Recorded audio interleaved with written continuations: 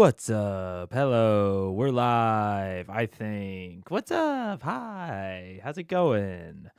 All right. What are we doing here today? We're doing Critical Eyes, episode 104, approaching the end of campaign 1 of Critical Role, Vox Machina, the thing we're all here to watch, to see. My name is Mega. I've been DMing for a long time, but I did not watch any Critical Role, any actual plays really, before this series. And I try to give my take as, I don't think I can call myself an outsider anymore, but just as someone who has DM'd a lot and not seen any actual plays except for what is, on the channel. And I try to have some fun doing it. And I don't know what the fuck is going on with me, man. Something is fucking wrong with my throat. It's not even really my voice. It's not like I'm not like losing my voice in the traditional manner. I think it's something to do with like allergies or sickness or something. I do not know. I've been experimenting with ways to get it better. Thank you. I appreciate it. I was a little bit late on making my potion, so I asked Paige if she would pour it for me, and she did. How nice of her. But yeah, I don't know what the fuck's going on with my voice. Originally, when I was like, oh, I have some ideas for the weekend. If you don't know, if you're not in the Discord, I mentioned that I wasn't going to stream on Friday and that I maybe had a weekend plan that I would try. And I was going to try to do the first full ep in a long time because this episode's pretty short, in the grand scheme at least. But my fucking voice is just not cooperated. And it's different than like me normally losing my voice. Like normally when I lose my voice, it's just like I get less and less able to talk and like it kind of hurts, but I'm just like I start to get unable to make the sounds.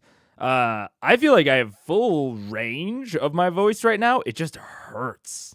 So it feels like I've had strep before and it's not nearly to that level, but it's like the same kind of core feeling, just at like a much lower degree. So that's why I think it might have something to do with like allergies and drainage. I don't fucking know, man. So I'm trying to figure it out, but until then, I'm probably not gonna be able to do like long streams because it just hurts. But I like to do the streams too much, and it's. I was talking to Paige about it. It's so frustrating.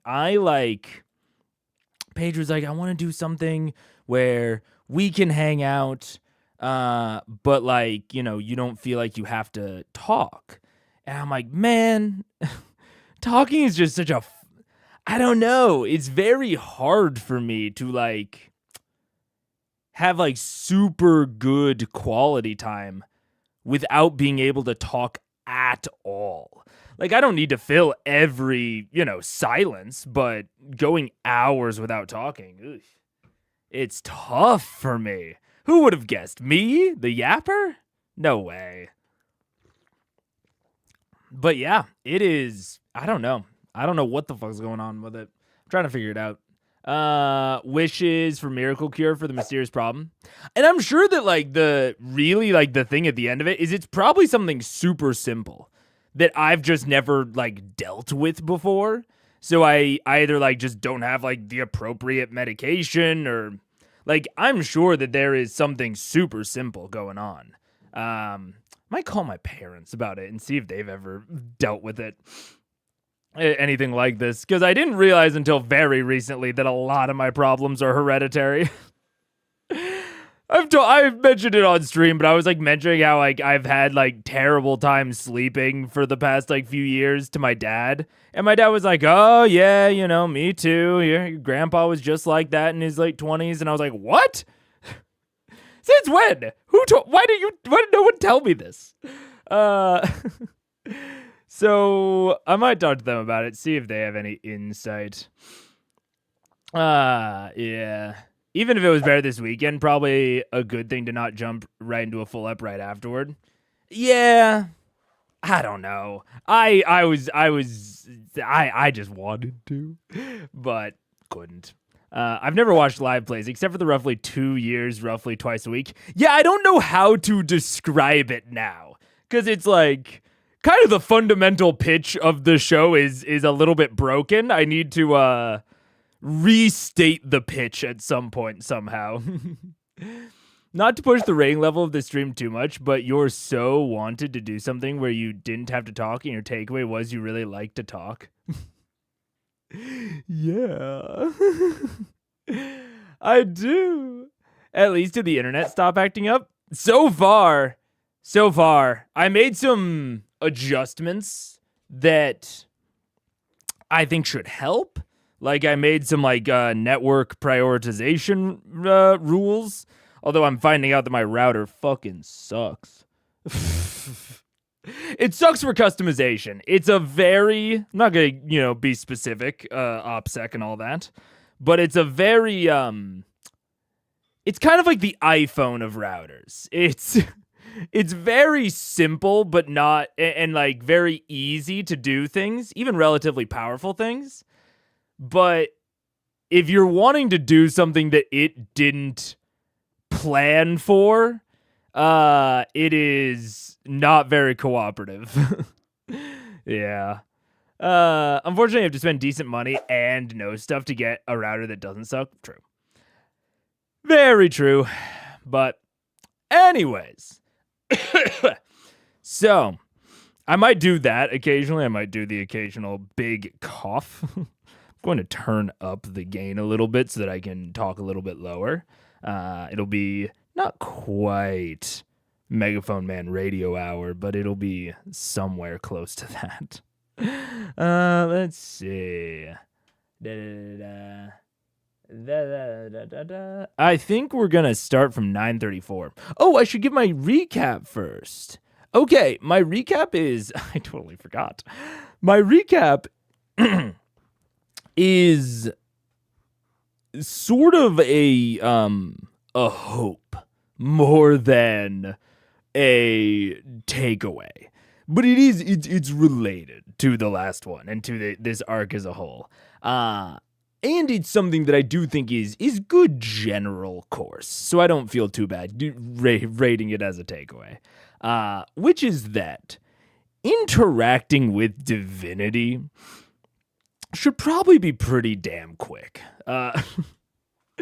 Like, the gods are so fundamentally separate and distinct and I think should feel kind of alien. And I think there is a fundamental pressure there that you need to make it go quick and fast, like interacting with them. I think Matt has done this really well thus far. Especially, I mean, the main deity that we've interacted with has been the Raven Queen. And we've had some visions with her. We've had some interactions, but like Vax can't just like ring her on the cellular. You know, you can't just have like a long conversation with her. They're pretty short and concise and distinct. The only other real interaction we've had has been like Pike with Sarenrae, but honestly, I hate to say it, but I kind of disregard anything that has to do with Pike because there is so much of the blind spot of it all that it makes it hard for me to like judge it in a normal fashion. And so the only other one that I will point out that isn't Raven Queen or Sarenrae is Cord, which we haven't even really talked to Cord, but he has sort of shown his divine favor onto Grog, and I really liked that. It was such a fast interaction with a god that it was 0 words long. but I still think that it was that interaction in a way. Now, servants of gods, totally separate story. But I'm very interested to see how Matt runs these getting the blessings segments. Because in order to run them fast, they're going to have to be, I think, kind of fundamentally straightforward. But that's not even quite the word that I mean. They don't necessarily have to be straightforward. They just have to be like very efficient to communicate, if that makes sense, which is difficult. Now, I think that for the entire plot, I think they should also be relatively efficient and quick and speedy to accomplish if we want to get a nice variety of blessings. So I don't know. I can't say specifically what Matt is going to do or what he should do, but I know that it has to be fast. And one of the fundamental problems and that I makes it to where I can't really predict this, that you would have to answer if you were a GM. Like there's a problem you would have to address, is like, what do the gods want? Which is something I talked about last stream quite a lot. And then this stream, once you determine what they want, you need to come up with basically the most straightforward and quick way to have the players be able to access that, if that makes sense. It's an interesting kind of conundrum that I think Matt will find himself in. It's a very, like, how to make something very fast, also very interesting. I think there are a couple of ways to do it. Like, I think that a good example is Symphior. Symphior was, on the whole, pretty fast, like, as a quest. And now I think that Symphior failed in some other ways, but I don't think he failed in being quick, which is good. So there needs to be, but in the Symphior example, right, the Myriad are obviously limited, right? They have only a certain amount of members at a certain amount of strength, so it makes sense that they would need the assistance of mercenaries. And it makes perfect sense why they wanted what they wanted. It was a platinum mine. A god needs to want something and have some reason that they can't just get it, right? So there needs to be some, before running this sort of quest that we're about to jump into, Matt needs to have both an idea of what the gods want and their limitations on why they can't just get what they want. It's an interesting, it's an interesting conundrum, because for mortals, there's plenty of things that mortals want that they can't get because we're kind of bound in a way that the divine just aren't. So we'll see. I'm excited to see. I also think that, like, while I love exploration, while I love traversal, given the setup that we've seen, I think that should probably be minimized. Especially since Matt didn't test out too many ways to make traversal really quick. So I would like to see the party just kind of getting teleported places or the traversal being extremely abstract and fast. We will see what happens. Let's see. You deleted my silly message? Did negative review? I don't think so. I have mod actions pulled up. I don't see anything. Oh, and negative review also says I shouldn't have deleted anything. Sometimes YouTube just filters stuff, and I can't see that it's doing it. None of the mods can see that it's doing it. Sometimes the YouTube is just like, nope, you can't post that. And it doesn't tell anyone. So annoying. I really don't know how Mega will like this arc, but I'm sure he'll like the end couple episodes. We'll see. I'm very interested. It's just very, the overall setup of it just feels like it is setting up for something that is, I don't know how it will be accomplished within the number of sessions that I know are left. And just because I don't know does not mean it's impossible. And like, I don't want to say I'm being like optimistic, but like I do think that Matt will figure it out. I just don't. I can't predict how he will, even though I think that he will. You know what I'm saying? Because there's just so much of it that's dependent on behind the screen information. So I'm cautiously optimistic about it. We'll see.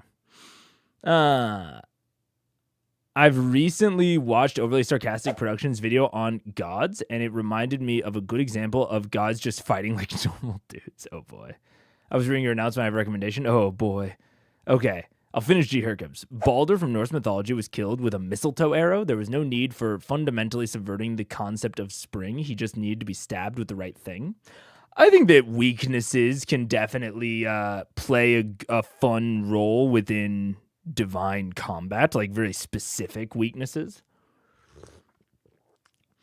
I think that's fundamentally more interesting than beam fights, to be sure, or like energy fights. But I don't know. Divine combat is tough for me. I can't recall a time where I've seen it done and been like, hell yeah.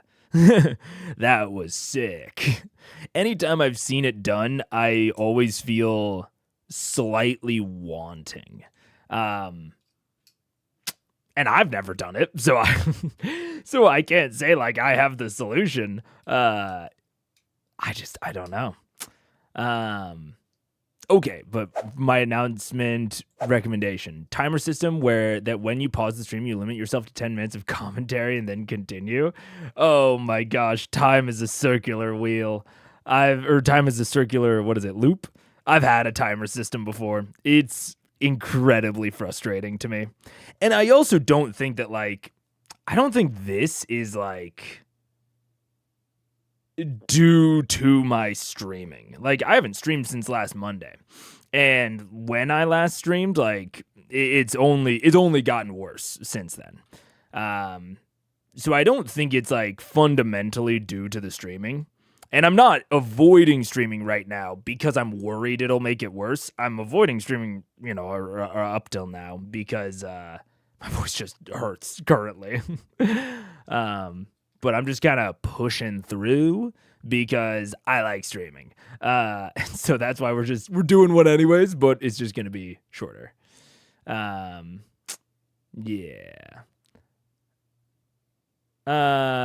Yeah.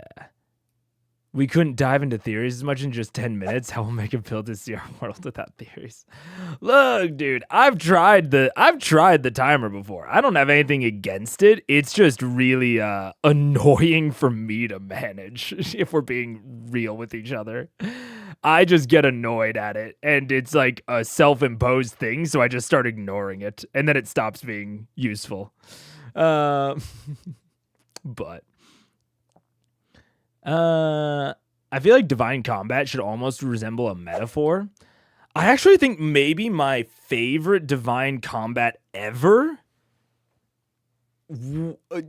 mostly because it was ridiculous. Like, you couldn't really do it in like a hard rules system, I feel like, or maybe you could, I don't know.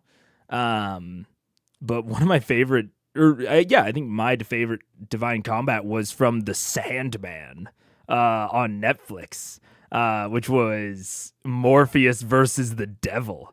It was awesome. And that shit was kind of, very metaphorical in nature. But it was also like weird. Like, I don't know how to say it. I don't think it was overly satisfying to me. It was like, it was almost like popcorn or potato chips.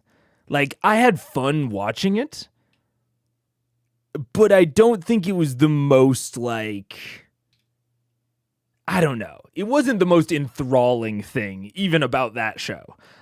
It was just like a fun little sequence. So, I don't know.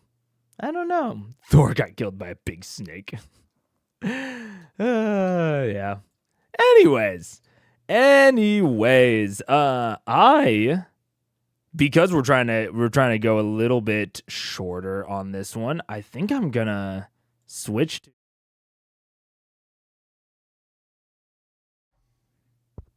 There we go. I'm gonna switch to this, and we're going to get started.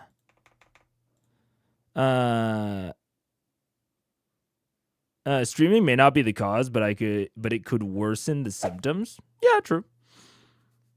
I hear about the annoyance, but I think it's worth exploring other limit methods. I'm not suggesting you change your stream style, but just make adjustments. Maybe. It's how do I say it? This is like currently kind of an anomaly. I've gotten pretty good at managing my voice on stream, and I legitimately don't know why this is happening. Like, when I say that, like, my voice it's like a different type of losing my voice, I mean it. Like, the type that I used to deal with was very much like, the voice gets sharp and raspy and then eventually just kind of fades out entirely. And that one was the one that I really looked at, like, at timers and stuff for. This one, I legitimately don't know what's going on. It doesn't even seem to be, like, related to usage. Or maybe it is. I can't tell. But it's I don't know. I have to figure it out. Why can't I find CR chat, spoiler chat in Discord? Oh, other chats have addressed. Yeah, you might need to enable it. That's true. Have you gone to the doctor and checked for a virus? Not yet. I might. I don't know. I have a bit of a thing about doctors that is not, like, fair or logical. It's like a purely emotional thing. But I don't know. I'm figuring it out. It's yeah. My sympathies though, because throat things suck. Yeah. It's just it's just frustrating more than anything. What are you gonna do about it? Yeah. Let's see. Okay. I think I'm just gonna get freaking into it. Oh, actually, no, sorry. I'm not gonna get freaking into it. I was delaying because I was like, there's something I was gonna do before I started, and I remember what it is now. I was going to bring up G Hercub's comment about resurrection, because I thought it was a really cool idea. And I thought about it more, and I had some, like, I had some debates or some like possible, not critiques. What's the word? Some possible issues. But I think this like might be adjacent, or at least the thing, or adjacent to the thing that I try in my next campaign. Let's see, where is it? Oh, I want to make sure that I copy it without the spoilers. Kind of how in God of War Ragnarok. Let's see. Okay. Open up a sticky note. Kaboom. Kaboom. Okay. There we go. So this is G. Hercup's comment. Oh, can I make that bigger? I can't. No. That's so teeny tiny. Let me see. Let me see really quick. I'm going to turn off the screen so that I don't flash something. So I'm going to bring up my my notes app. What the heck is that black box? Oh, you can still see something. That's weird. I don't know what that is. What is that? Okay, I'm just gonna get rid of that. Okay. There we go. We're back. Secondary. There we go. Okay. Okay. All this resurrection talk gave me an interesting idea. The problem with Matt's resurrection rules, that was even kind of pointed out by the players when Percy died, is how you don't know whether a character is really gone until you've tried to bring them back, and so you can't treat death with the gravity it deserves. What if, during resurrection, they didn't roll for this ritual to succeed, but for the next one to be possible? So the first one is guaranteed, but if you fail the ritual, the next death for this character is 100% permanent. This is really interesting to me. This is really, really interesting. I think that, like, because I think that there is, yeah, there's a lot interesting here, because it still pumps in the emotion, because they essentially know when they're doing the resurrection ritual that they are fighting to keep this person resurrectable, essentially. And if they fail, then this is going to be their last life. I like it because it feels like it's in line with the type of emotional struggle that someone could have in a setting where resurrection exists. Like, if the characters are all so used to resurrection, there's almost a cultural devaluing of death in that. But there's a really interesting roleplay opportunity in the ritual failing, and all of a sudden you're looking at this person that you know you can never resurrect. It's like a really interesting and unique emotional mindset to be able to interact with them fully, but for them to not have the same safety harness that you did. It's almost like climbing with someone, and if they fall a certain, like mountain climbing or rock climbing with someone, and like if they fall a certain amount of times, they have to take off their harness. So now but you get to keep yours on. There's like, and my only kind of negative, or maybe not even negative, but like critical direction that my mind went is that there is an aspect of it where it will set up like a dynamic between the characters that is fundamentally sort of unequal in a way. Like, how exactly do I say it? It's like, if someone is on their last life, they are going to have a fundamentally different view and like risk tolerance compared to someone who's not on their last life. But that's like, I think that's okay. I think that's interesting.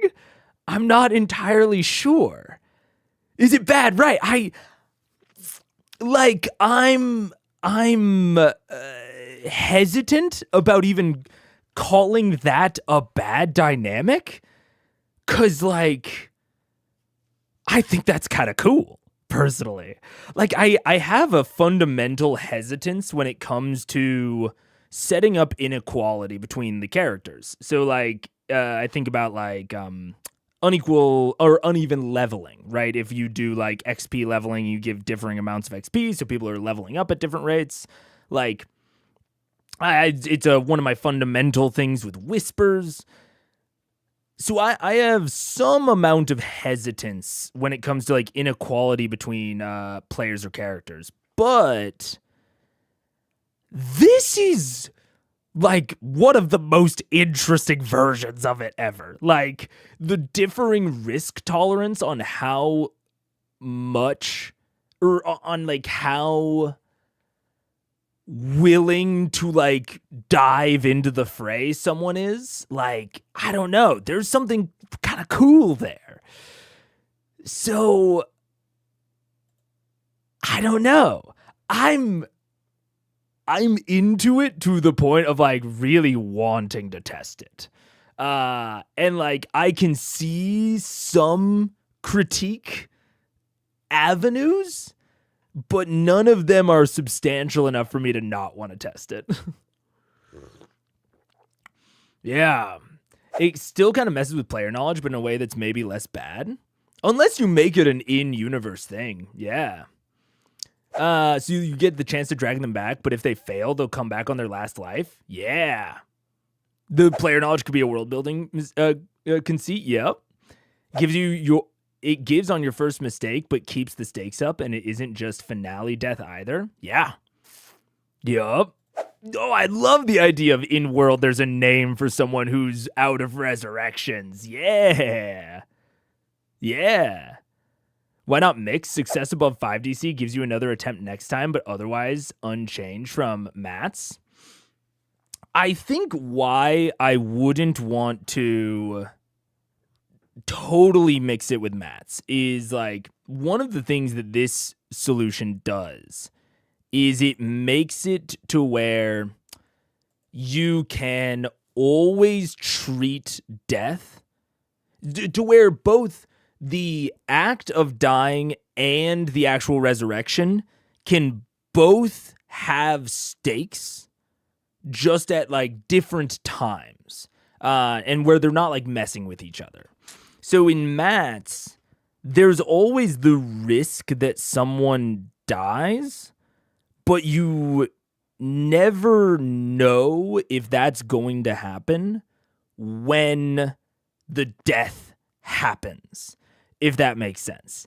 So you don't have to sort of mourn, or not you don't have to, but you're not able to, like, mourn when the death happens. You have to mourn long after it has happened when you go to actually resurrect them and it potentially fails. So the thing that I like the most about this is it still keeps the ritual as this kind of risky endeavor. It keeps it as an endeavor that is, like, that is emotional in its, like, very nature. But it also allows us to treat the death that really matters with, like, the gravity that it deserves. You could still have it be escalating. You could absolutely still have it be, like, an escalating DC if you wanted. And so then, like, each resurrection is still, like, a bad thing because it's getting you closer and closer to that potential failure. But it's not going to be this, I don't know. It keeps you in, or how do I say it? It continues to give you the ability to, like, levy the appropriate emotion at the appropriate time, if that makes sense. I also think about it for something like Bard's Lament. Like, I imagine if the Bard's Lament, like, if they had failed that ritual, say, and so Scanlan comes back and he's on his last life, suddenly there's a lot more weight behind him choosing not to adventure with them anymore, right? There's already weight behind it in Matt's version because every time he dies, he's getting closer and closer to permanently dying, and there was always that risk. But him being on like his last life might have given that his choice to leave even more weight. So I don't know. You could also mix. Like we're experiment. Try it out. Try out whatever leads or whatever excites you. But yeah, the idea does excite me. The core idea excites me. Yeah. Yeah. Puss in Boots has entered the chat. You all start equal, it just gets different as you go. It does. It's true. It's true. It's very interesting. Yeah. Take a character like Current Percy, who professes not to care about his life that much. If he knew it was his last life, you'd have the opportunity to either demonstrate how serious he is or renege. True. Yeah. There's a D&D precedent here of having items that if you roll bad on a D20, they get destroyed. Not all rechargeable things are rechargeable forever, so your life becomes like a rechargeable item. Ooh, what a way to think about it. That's kind of fun. Yeah. Rechargeable item. It's just your body. Yeah, interesting.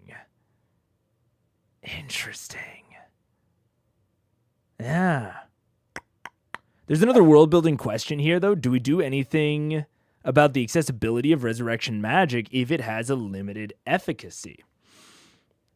I think, I don't think that is necessary. I think, like, resurrection in 5e, at least, is available enough. Even if it has this more limited efficacy. I think it's pretty available. Which is, I think, one of the reasons that people, myself included in this, seek to modify it, is that it is too effective and too available. And so we can look at ways to limit that availability, which has been what I've done in the past. I've limited the availability without limiting the efficacy. But this would go towards limiting the efficacy. And I would say then we could look at not limiting the availability in that case. I think it pushes back the tension that occurs upon death and not knowing if they'll be brought back to instead take place during planning. It could lead to much slower prep before combats. Insert players on their last life, should they really scout ahead? Yeah. I think this is... I think you've put it well, Ivo, of like, I think my only hesitancy here is that it is an interesting conflict, but is it interesting enough for the presence that it would have at the table? And that's why I say I'm like interested and just down to test it, because this is the sort of thing that like I can have a worry about ahead of time, but I won't really know how much like weight my players will even give it during their prep until I actually try it out at the table. But I think that's the main direction of my worry as well, Ivo, is like that it will take an interesting conflict, but that interesting conflict has such a presence at the table that it slows down play around it consistently. Yeah. And ultimately, you make choices when you're building a character about if you want someone who's squishy or not. You make those choices in combat as well. That is true. Yeah. You can also tie it to proficiency. So as you level up, you gain a life, but they are finite. That is possible. If you wanted to make it a little bit more mechanical, not as soft, I think that's a route. Yeah. I think this works supremely well for a setting-specific rule set. It is more questionable, not to say bad, just more data needed for a default setting sort of rule. I agree. I think like throwing it on a setting-specific where it's tied into the world building, I think I'd do it tomorrow. But for my general rule, I agree. More testing needed. Yeah. What if a failed resurrection ritual barred you from afterlife? Could make for good roleplay consequence and player conflict? Yeah. Interesting. Yeah, so I don't know. I wanted to bring it up because I thought it was a really cool line of thought. And I'm going to think about it for my next campaign. And with that, let's go into Critical Role, episode 104, Elysium.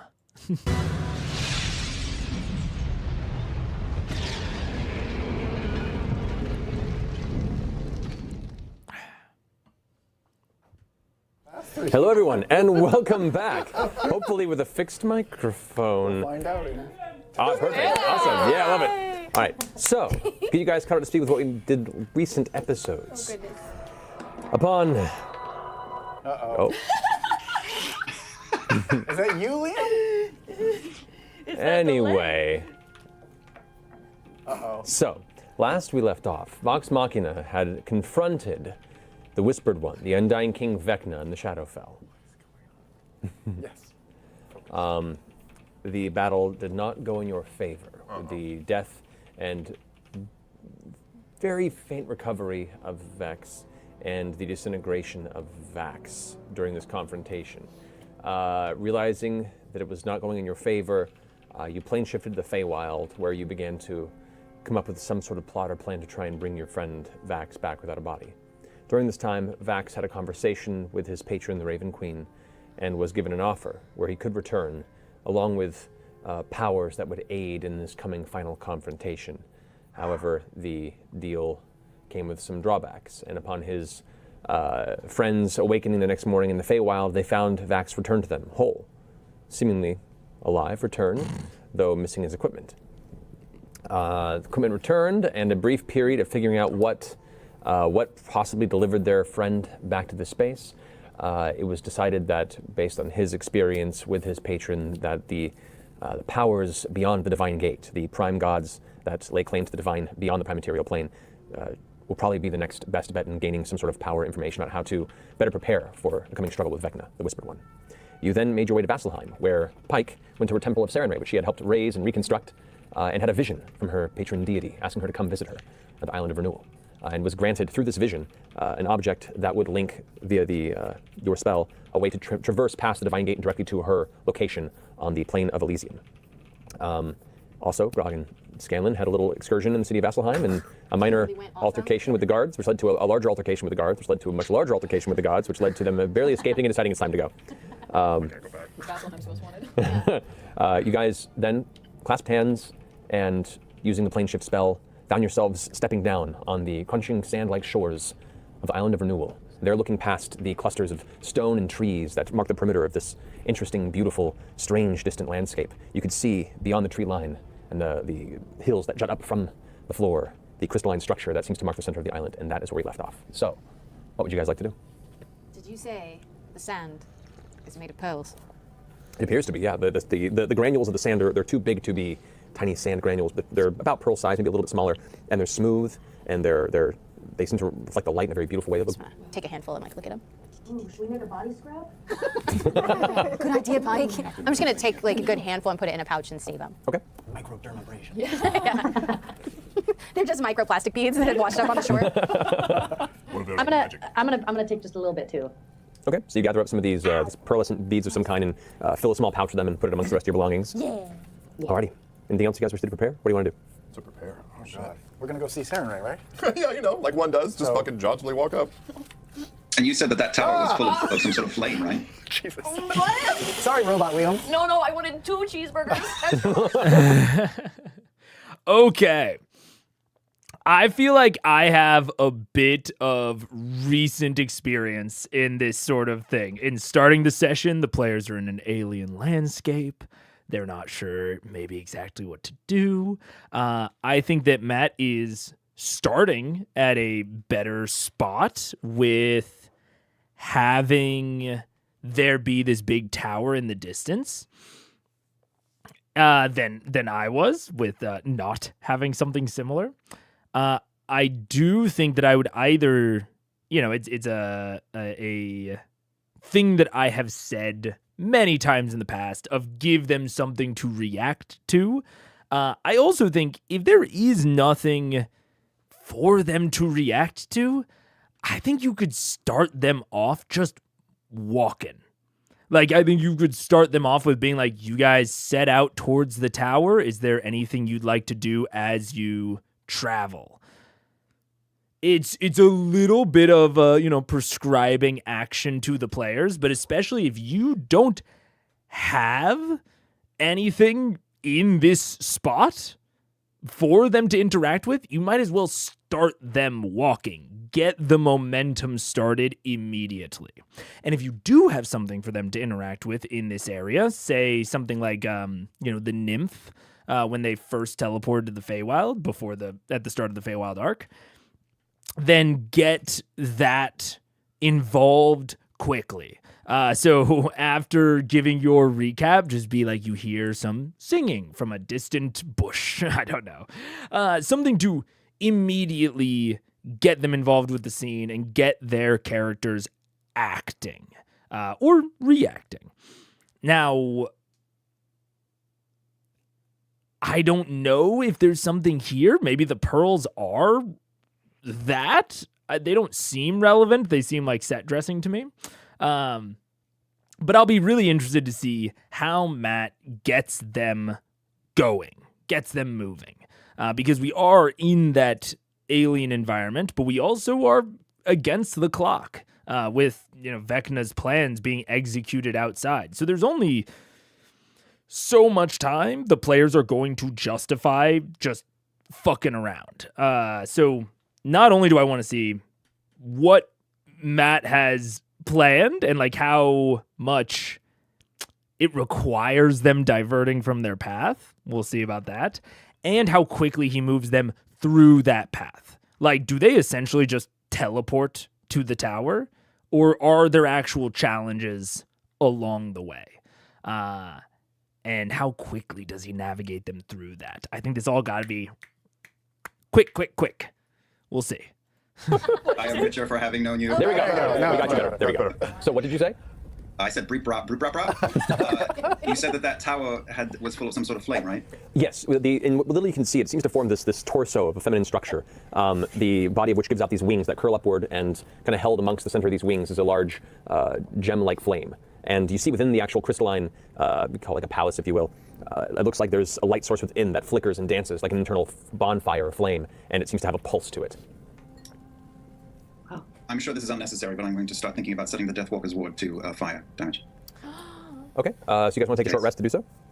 Oh. Do we need a short rest? To reset his armor, he That's a does. 20-minute thing. Well, I don't have to. If We're not in anyone a else wants hurry. to stop. We're not in a rush, right? 20 minutes won't kill us. I guess. Sure. Let's sure. Okay, so you take the better part of an hour, half an hour or so, 40 minutes or so, for a short rest to reset your armor to fire resist.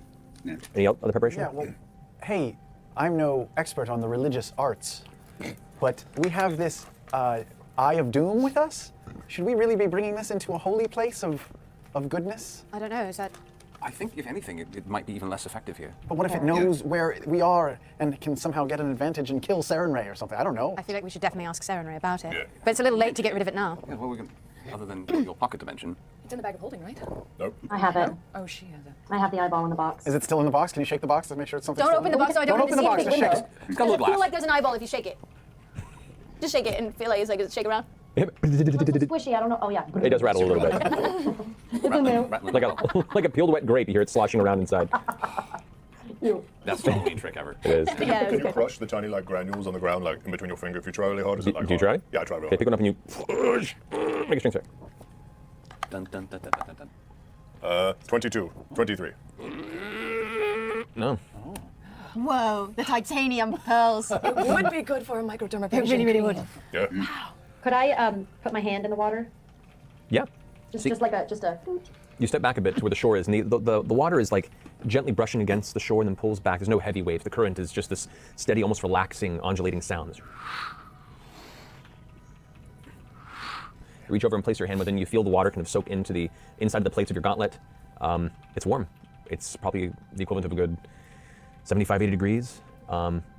It'd be wonderful beach water. Okay. Oh, guys, the it feels so swim right now. nice. Let's just Should we stay go for here. like just a little bit of a swim while he attunes to his? Probably, yes. You got 20 I walk over minutes. to Pike and just put my feet in the water with her, stand on the edge. Me too. Oh, Yes. also. Okay, so I you guys put my cold feet in since I have no shoes.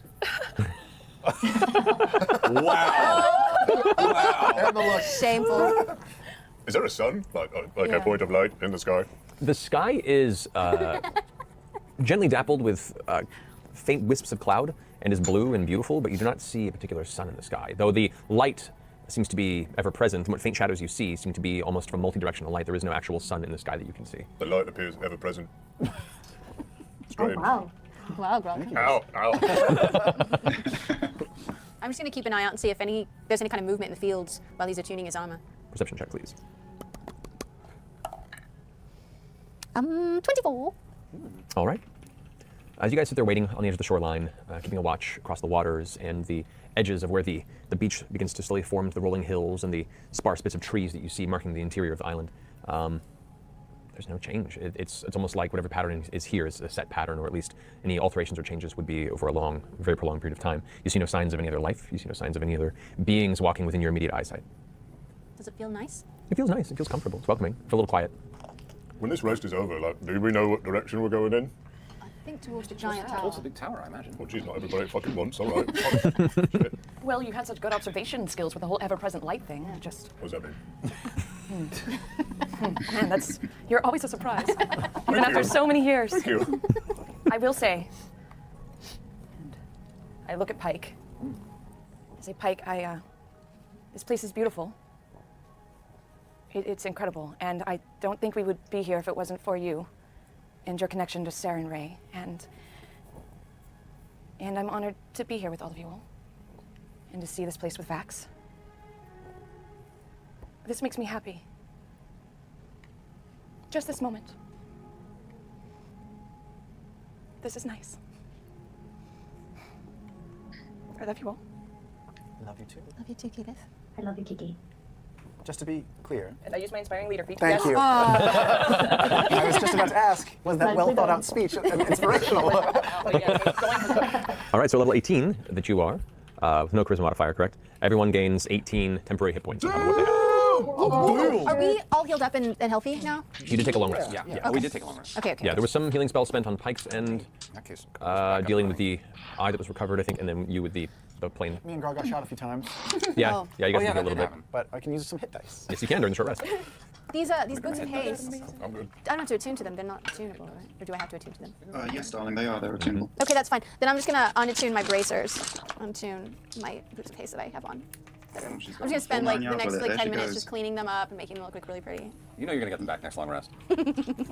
All right, so you've attuned to the Boots of Haste.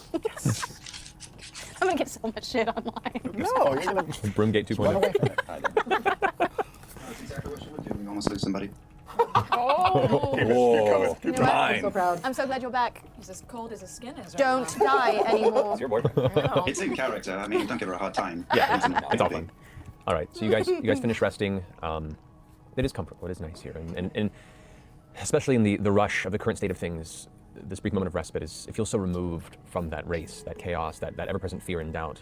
And you know, whether it's just the surroundings or just the general nature of the plane that you're in, but it's soothing, it's comforting. As you finish your attunement to the item, you finish your new attunement to your resistance. You guys gather your things, step out of the water, put your footwear back on, and what would you like to do? Walk towards the busty lady. Yeah. Okay. So all the time. What's the marching order? Oh no. Oh, We're really? gonna have to fight things in this beautiful place. Ashley first. Ash, Yeah. Ash in front. Okay, Ashley's from front. Who's next? I'm with Pike. All right, Grog's right up there with Pike. I'll be behind Grog. I'll be with you. Lovely. I'm going to trail sheepishly behind Keela. I was about to say I don't leave Vax's side. Trinket is out, Trinket is out. and All he's right. walking between, Between. like, behind me and Percy. Yeah. All And right. as always, I'll enjoy the rear. Yeah, you will. Okay then. Alrighty.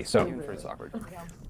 So with Pike leading on, and approaching the pathways that lead towards the center of the island, the rolling hills ascend higher and higher, the further towards where the distant crystal monolith resides, up from the soft pearl-like sand to reveal large obelisks of carved rectangular stone at off-kilter angles, kind of jutting out of the ground in places. You had seen some of these at a distance when you arrived, and you as well in your vision, Pike, earlier. The trees you walk past begin to slowly thin out and are replaced with some of these stone structures. You can see there's almost like an outer ring of nature that encloses the inner portion of this island. You see some of the, the wind is now warm against your skin as it begins to whip through this area, and you can hear it kind of tear through some of the openings between these ever densely growing clusters of stonework. Occasionally, these stone structures resemble figures of old, ancient figureheads from the age of Arcanum, who bore the embrace of the Everlight with them before her following fell from grace. You can see the ravages of time and the diminishing of her influence following the divergence are shown on some of these figures, as they appear to be sheared or cracked or broken in places. But still no sign of anything else moving on the island. Does it look like people are avoiding us, or does it look like there's just not, this is not a place of... Huh. Okay. I was wondering if this was possible, and it feels like it might be. So, Matt is... Actually, I'm going to leave you in suspense as to what I might think is going on here, or what I might think of this sequence, because I have to pee. I drink so much of the potion to try and make my throat feel better, and then it just makes me need to pee. So I'm going to go do that really quick, and then I will be back to talk about what I think might be going on here. BRB.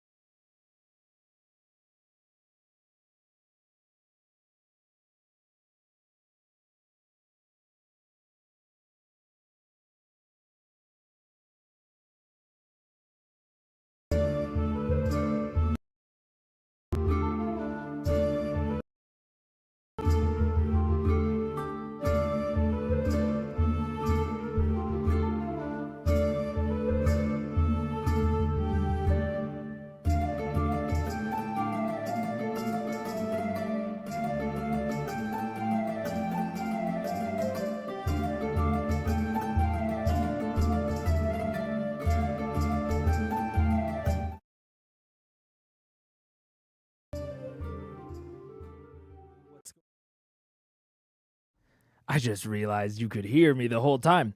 I touched my mic stand as I was leaving, and Static Shock I think took the entire thing down.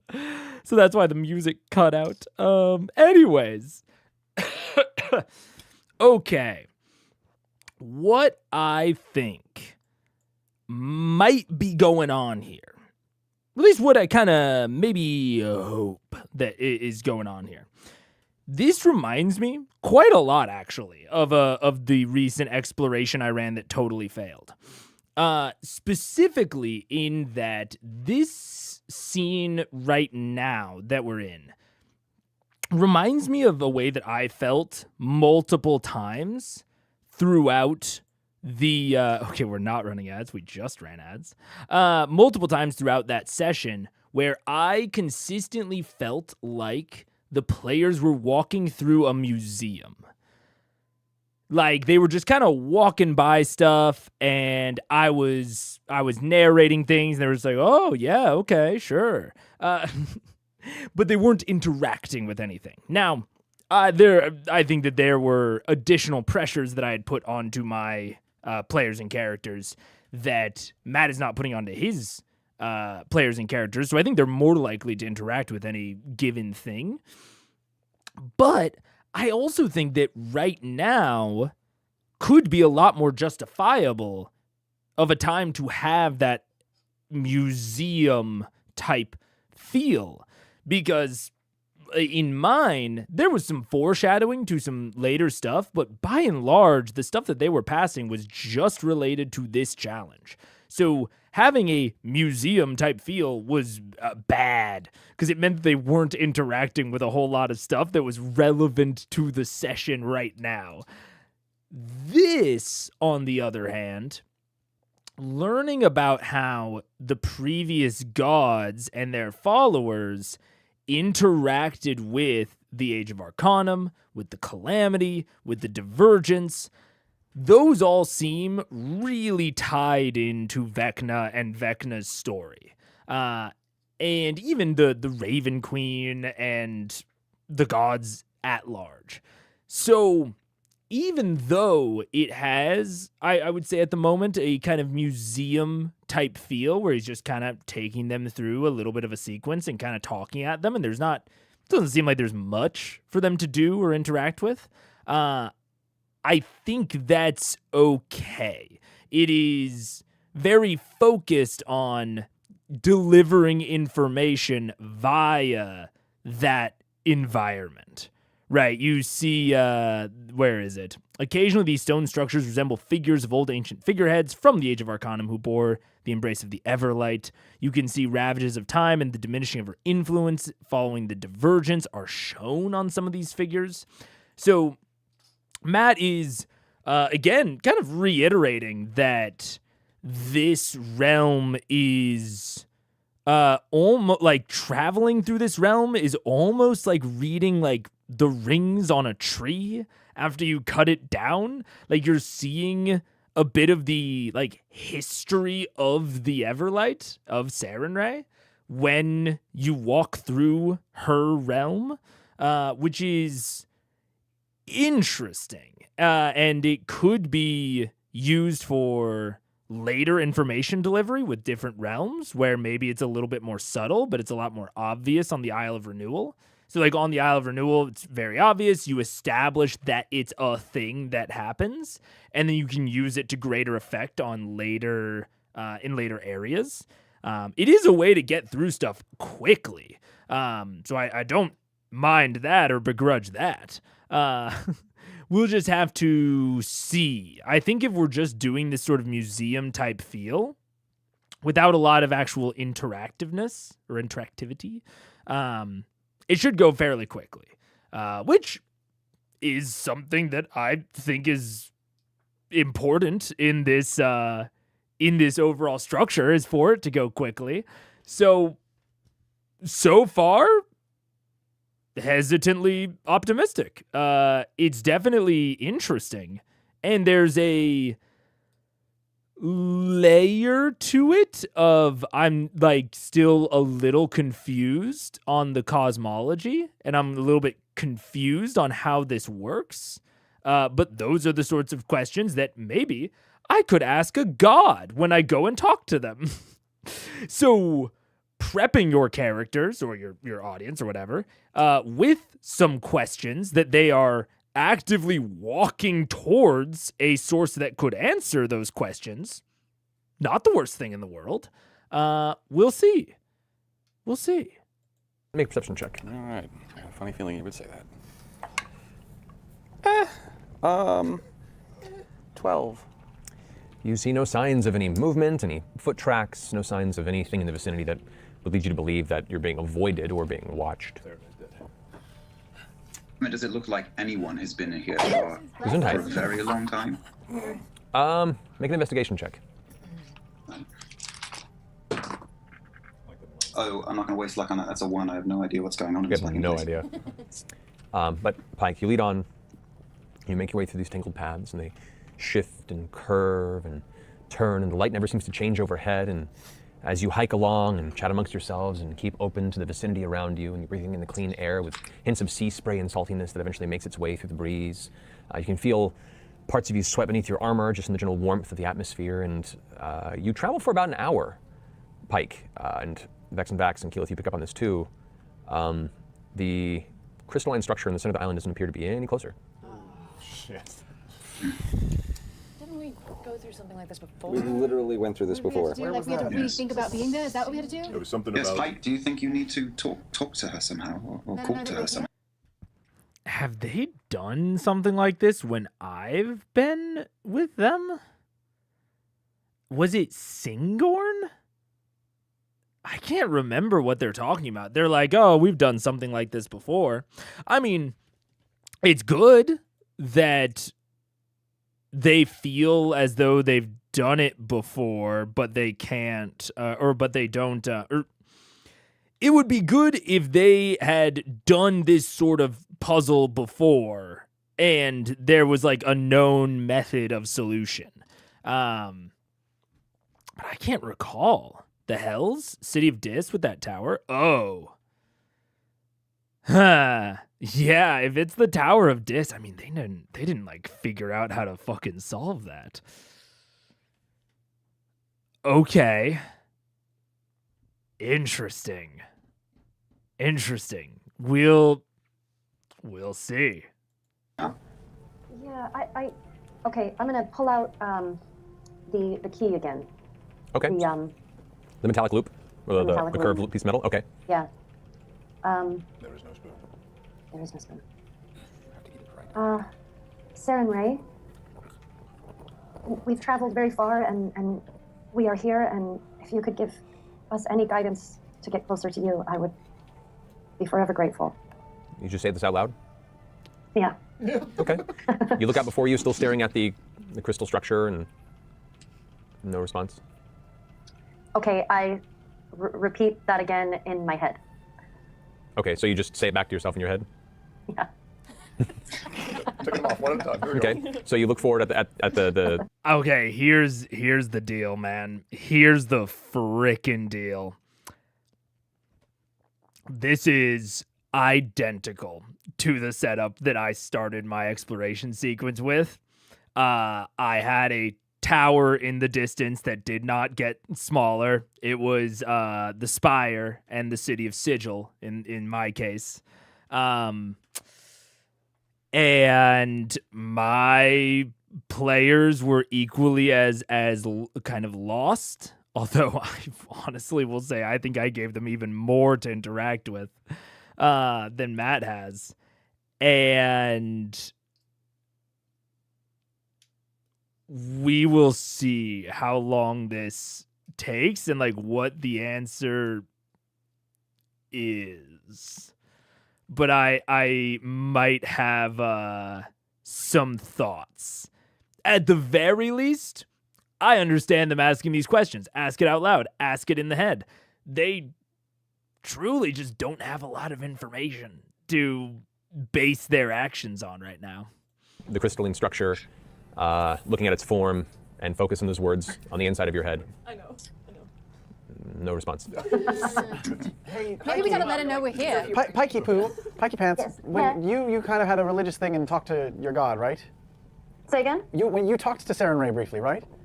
Yeah. Did she invite you or all of us? Oh shit.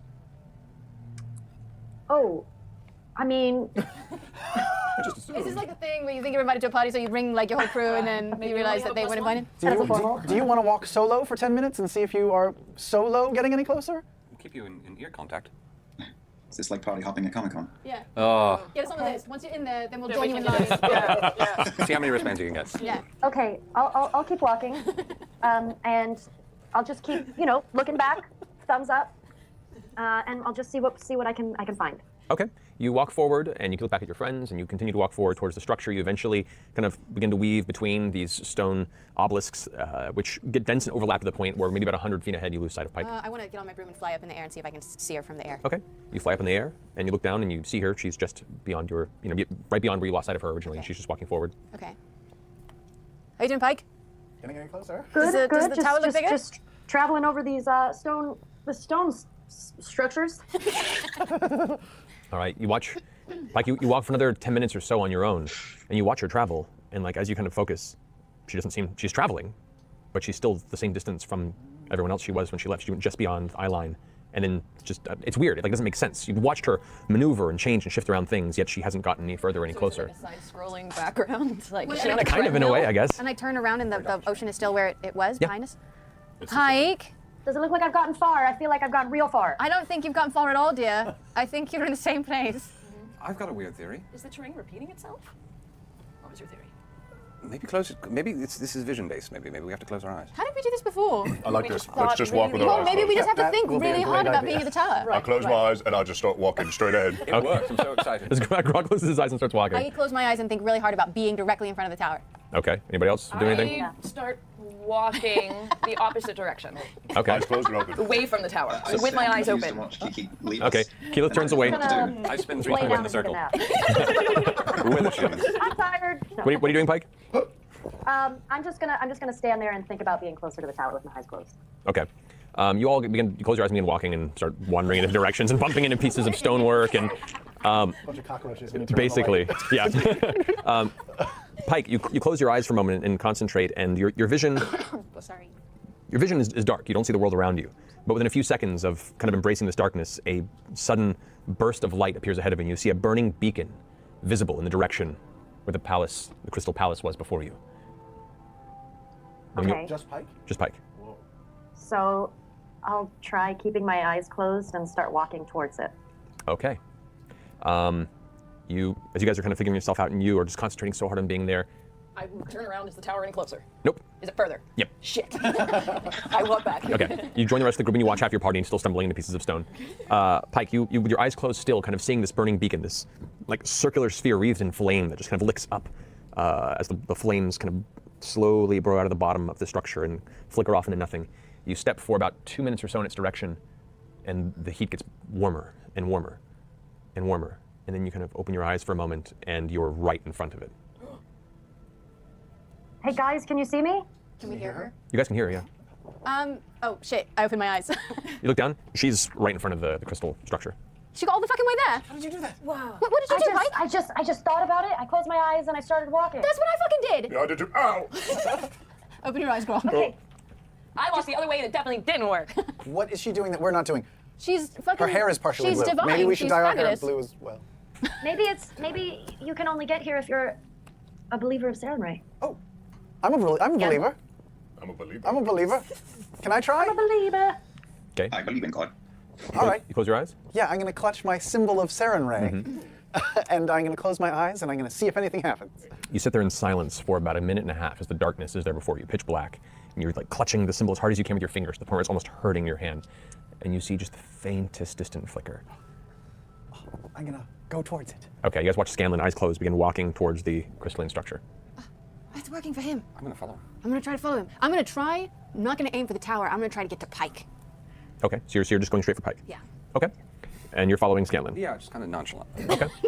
Vax, Keyleth, Grog? What do we do? I'm not going anywhere. This is Come dumb. on, Brog. I'm confused. I want to see what happens to those two when they follow. So what are you guys doing? Not moving. How is it working? What are you guys doing? They're believers. Maybe you guys have to believe.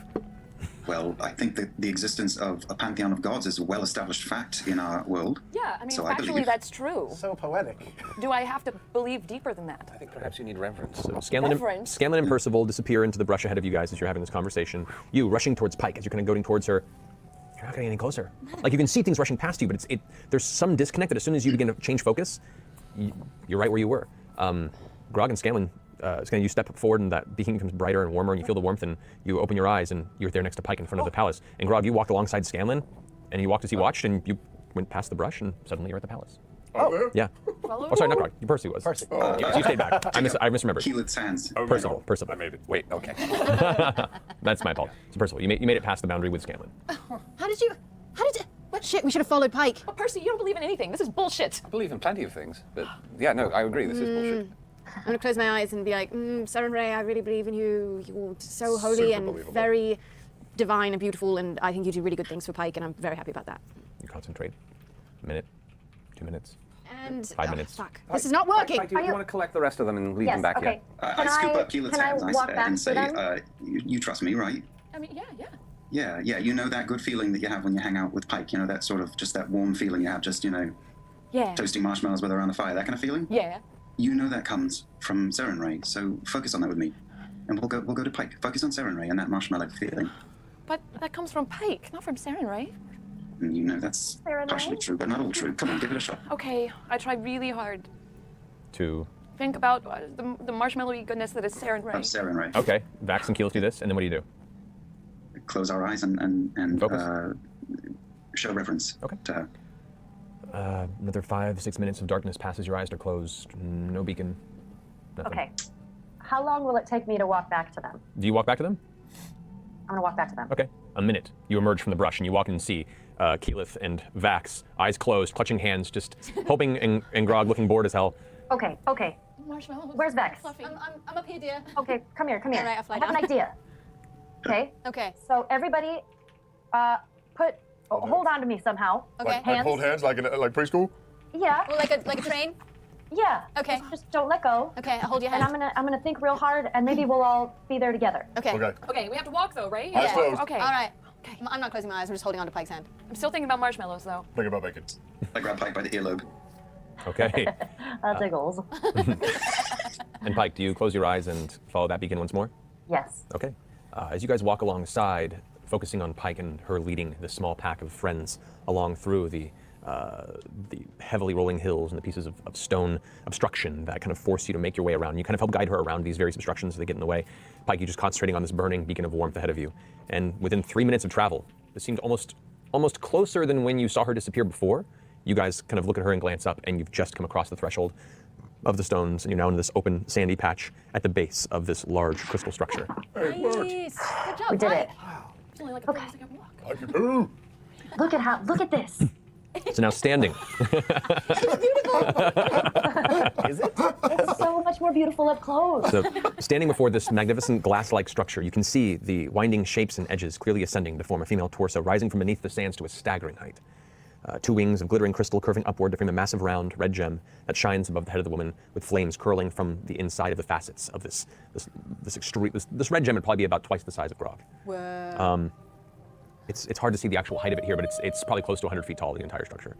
Now you see the shifting flicker of the intense fire that burns within the palace now is causing the shadows cast by all nearby things to dance behind you. And in the inside...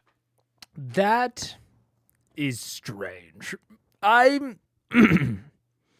don't know how I feel about that sequence. Like, I don't know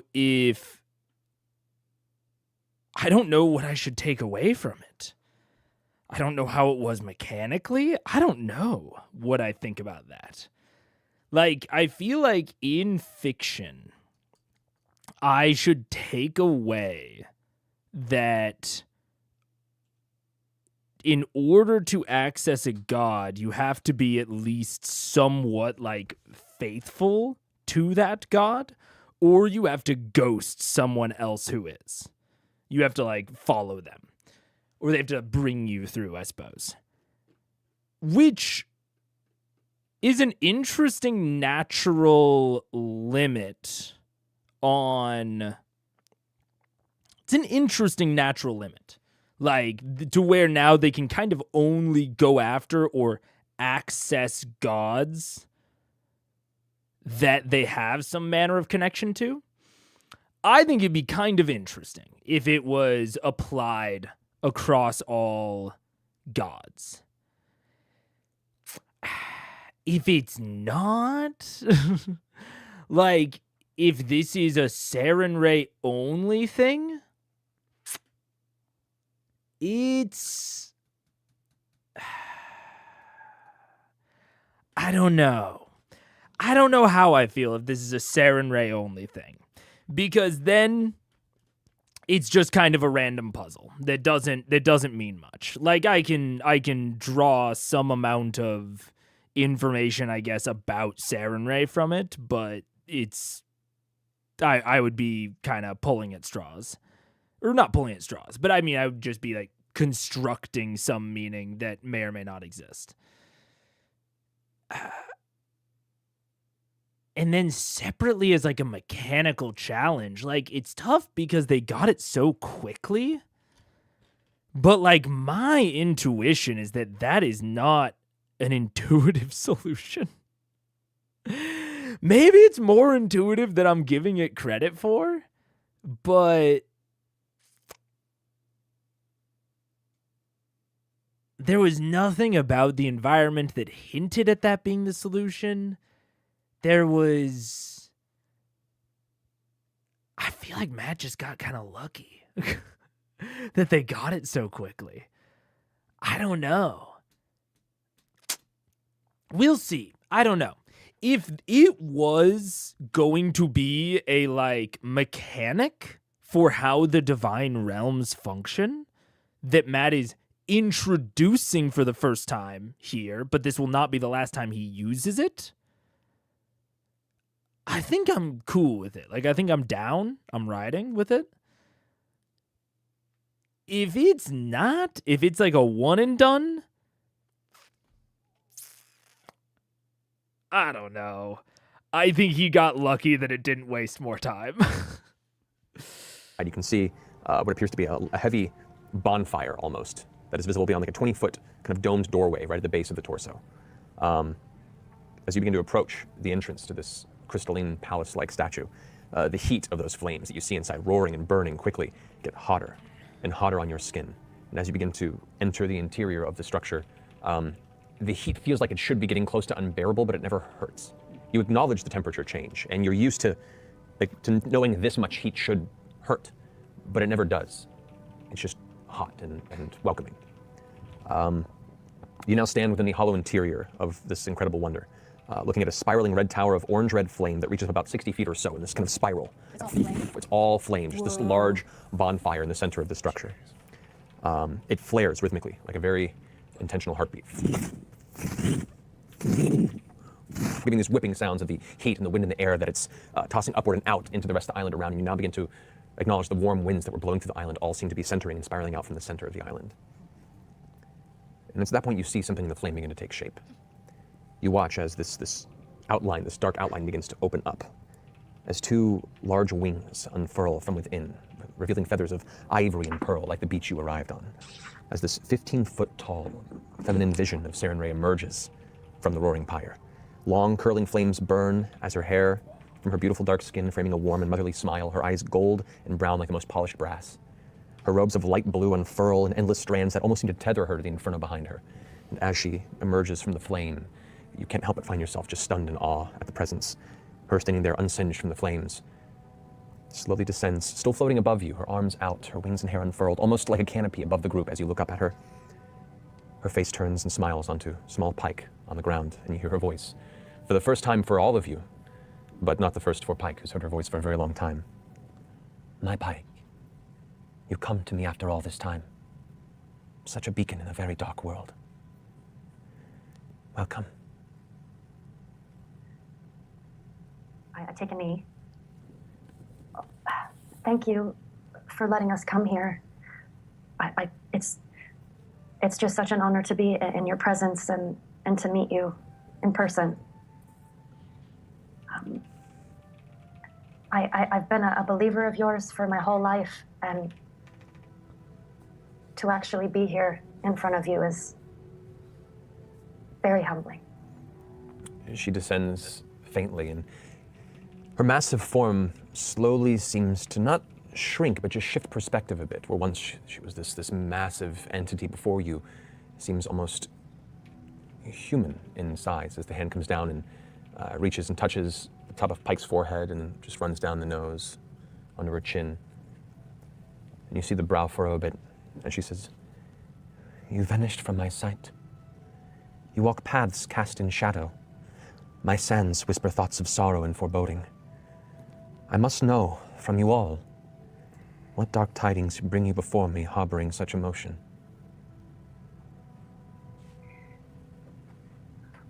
Well, I think last time we spoke, we took on a battle that we were not able to complete, and we need your help. What type of foe do you face? You know, Vecna.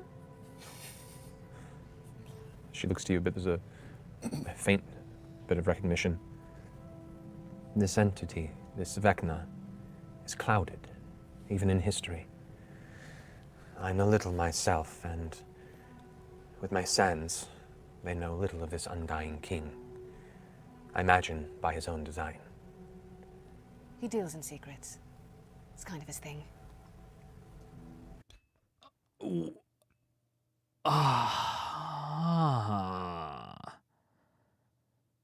What type of foe do you face? So there's another, like, Vecna. She looks to you a bit. There's a faint bit of recognition. This entity is clouded even in history. So Vecna is clouded even within divine memory. Because what was ambiguous with the Raven Queen is quite ambiguous. It's quite obvious with the Saren Ray. With Saren Ray. Like, it was unclear to me how much Raven Queen might know because she ascended. We don't know when exactly that happened. So she might have some amount of at some point in history, she was a mortal and subject to mortal limitations, and who knows how much the gods told her after she ascended. Saren Ray is different, just like straight up. Saren Ray is one of the prime gods, like has been there from the beginning, and we have direct confirmation of that given the narration of like heroes related to her during the Age of Arcanum. So she was 100% definitely there for the Divergence, for the Recreants, all that stuff. For the Calamity. And even to her, knowledge of Vecna is clouded, which makes, like, that just means that whatever shadow or whatever, like, hole there is in history regarding Vecna is, like, a metaphysical one. It is a supernatural hole in history. This isn't like fucking Vecna and his followers engaged in systematic book burning. This is a supernatural hiddenness or removal from history. But they also clearly do remember some things. This undying king? So Saren Ray also refers to him as the undying king with little to no prompting from Vox. So there's like this weird like layering of what the gods do or don't know in regards to Vecna. Again, just kind of continuing to reinforce that something supernatural is going on. It is not just like they forgot about him or it's vague. Like there's something that is actively keeping that information suppressed or has removed it entirely. But they still have these small connections that they're making. I don't know. We're gonna see. But this conversation is progressing almost identically to the Raven Queens, which is also interesting. I don't know. What can you tell me? We have a piece of him. We do. Yes, maybe. Well, we can tell you that he's awful, evil, pure evil incarnate, and he wants to be a god. He has eyes on your territory. He is See, something of a demigod now, you could say, and well on his path to ascension. Ascension? He wants to be like you. How? Or I guess he wants to be like the Raven Queen. You watch the flames grow a little more cool, a little more of a deeper red in color, and the brow furrows more, and she pulls back a little bit from Pike, not in a retraction, but just a worried sense that seems to fill the room. The brightness of the outside sky seems to dim ever so slightly. An ascension. The Raven Queen, you say? I don't... He could tell you more, but I know she was a mortal who rose to her godhood, and I know he's looking for a similar path. Impossible. We've seen it. He's been working on it for a very long time. what? Impossible? Why impossible? Why impossible? And obviously hungry for power. There's the wings still unfurled. The tips seem to almost curl in a bit as she, as opposed to floating above you, out and about, is now standing tall, floating above the ground about 5 or 6 feet. Her vision, her eyes seem to drift from you and look out past the glass and crystal to the distant shores beyond as she just speaks out, just exclaiming the thoughts as they come across her mind. Serenray says, "The ritual of seeding is one of the matron of Raven's design. It is the secret rite that rebirthed her from her mortal trials and granted her the powers to take her place among the prime gods and become custodian to the realms between life and death, fate and the cold of winter. But this ritual was summarily cast from all knowledge and sealed, intent for eternity, by all who walk the paths of divinity. None should know this. None should know this." What about the goddess Ayun? The goddess of... Okay. So, okay. So the ritual of seeding is not what I thought it was. Or maybe it is still. The ritual of seeding is one of the matron of Raven's design.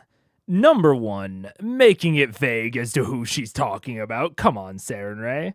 It is the secret rite that rebirthed her from her mortal trials and granted her the powers to take her place among the prime gods. I mean, I will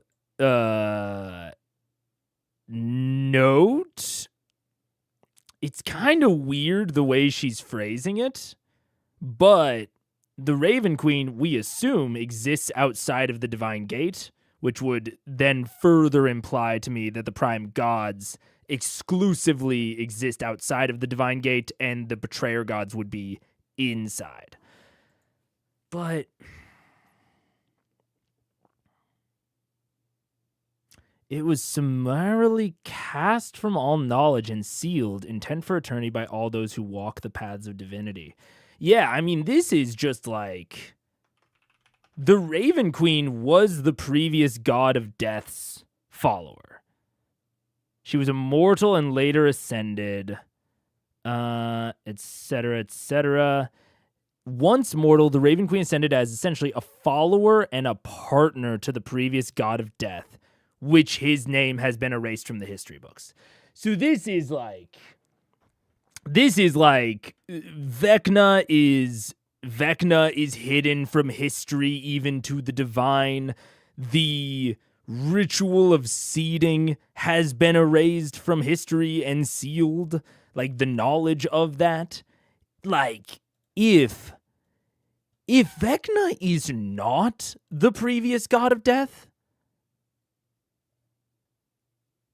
I at least feel comfortable saying that Matt wants us to think that he is. The fact that this ritual, which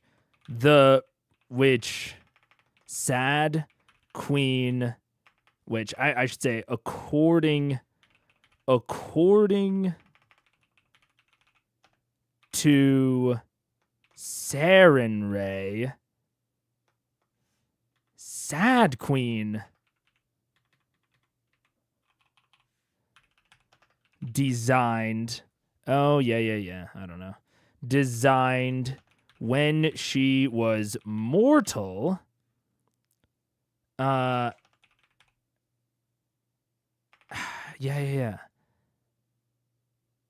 means that this ritual, not the fact, that means that this ritual would have been designed while Sad Queen was a follower and partner to the previous god of death, whose name coincidentally was struck from the histories,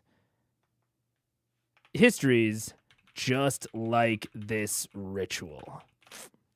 I mean, and what do you know? Vecna knows the ritual. It feels Vecna knows the ritual and has had information about him struck from the histories. Like, if this is not the answer that Vecna, okay, either Vecna is the previous death god, or Matt is definitely trying to make the audience think that he is. Like, there's just too much that lines up for that to not be the case. Or it's Thurisdan, but that doesn't make any sense. That doesn't. Thurisdan has been so not a factor, and like all of this is getting brought up in the vein of Vecna, that if it's Thurisdan, there's like an intentional bait and switch going on here. Knowledge. Would she have known? She was the one who spearheaded its destruction. Vecna's been taking over her chapels? What? Temples? Temples? I know not where Ayun is. She is hidden away. The Dawnfather would know more than I. They were together when she was wounded.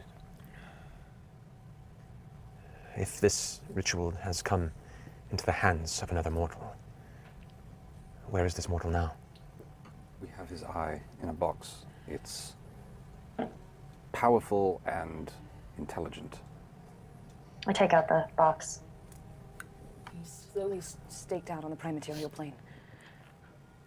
Just north of Vasselheim, about 350 miles. Recently completed a ritual in Shadowfell. If he's finished the seed,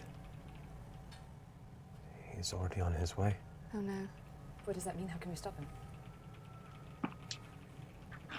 The ritual takes some time, from what I recall. I don't know how long. I was not its architect. I was not the one who sealed it. Ayun would be the one to ask. Okay. However, If this is completed, then the Accord of the Divergence is in danger. If we will have one god on one side of the Divine Gate, and the others on the other. We could not stop him. Oh, shit. Oh no. Understand, in order for any of us to directly interfere to seal a god like we did once long ago, we would have to tear down the Divine Gate, and that would release an entirely new Armageddon upon your world. So, either you stop him, seal him, or you live amongst the only god we cannot stop. What? How do we seal away a god? I don't know. I was betrayed during the calamity. I was not present when they began to seal the betrayer gods. You'd do best to speak with maybe some of the others who were more prominent in that time. You walk on Elysium. This is the realm also of Pelor. The Dawnfather. Yes. Might I ask, does Cord reside in Elysium? Okay. This is the realm also of Pelor. You have to seal away a god. Ritual. If he's finished the seed, he's already on his way. Also, I noted in the notes, this will like explain the situation to a god. They've already kind of done this with Raven Queen, but I understand, you know, it was only Vax at the time. No one else was there, so that no one else could input. This is fine. I don't like this being the main challenge, is like, do they describe it? Do they describe the situation accurately enough and with enough, I guess, like details or like the correct details to get the right answers? It just becomes like a thoroughness check, essentially. And that being like the crux of the challenge, again, I think is okay once, maybe 1.5 times. But it becomes I think it almost instantly becomes tedious the second time you do it. So I'm hoping this is the only one. In terms of the lore here, if he's finished the seed, he's already on his way. Still keeping it vague. The ritual, I think not the ritual of seeding. I think the other ritual takes some time from what I recall. I don't know how long. I was not its architect. I was not the one who sealed it. So the architect would be the Raven Queen, but we've already talked to the Raven Queen, and she didn't mention it. But that might just be because Vax didn't mention it, which is fair. So now we got to go back and talk to the Raven Queen. Oy. I mean, that's, I guess, fair enough. That's not too bad. I was not the one who sealed it. Ioun would be the one to ask. This is interesting to me, both in terms of the story, the history. This is interesting to me in and out of game. Yeah. Didn't you mean Ioun sealed it? Yes. Yes, sorry.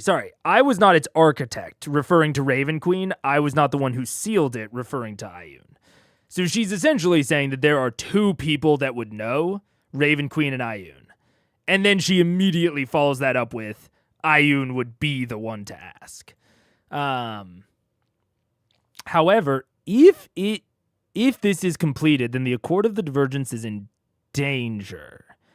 If we will have one god on one side of the Divine Gate and the others on the other, we could not stop him. That's something that I definitely implied last time. Interesting. Understand, or for any of us to directly interfere to seal a god. To seal a god like we did once long ago, which this has to be in reference to Thurisdan.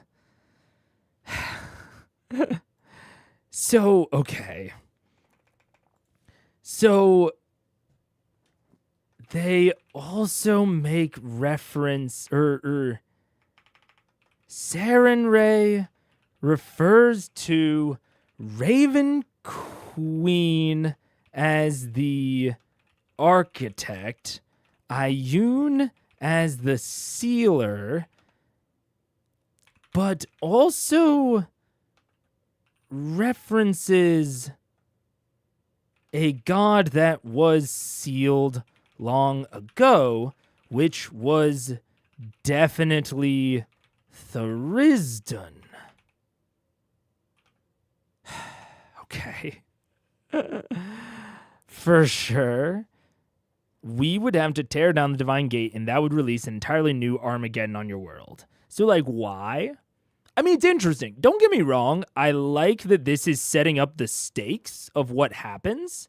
She lays it out even more simply right here. So either you stop him and seal him, or you live amongst the only god we cannot stop.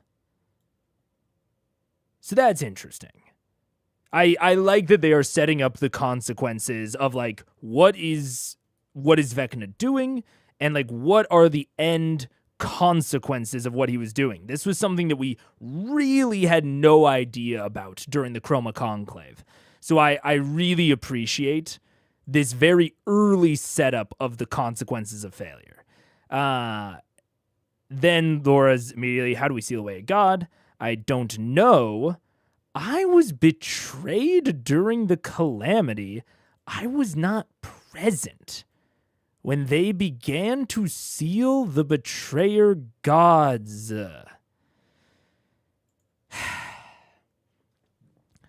But also, then she references sealing the betrayer gods. So, they sealed Tharizdun for sure, but they also sealed the other betrayer gods more generally? And Sarenrae was not around for any of it.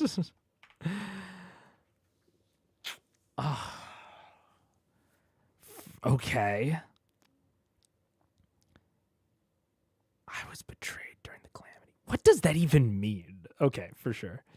You do best to speak with some of the others who were more prominent in that time. You walk in Elysium, it's also the realm of Pelor, for sure.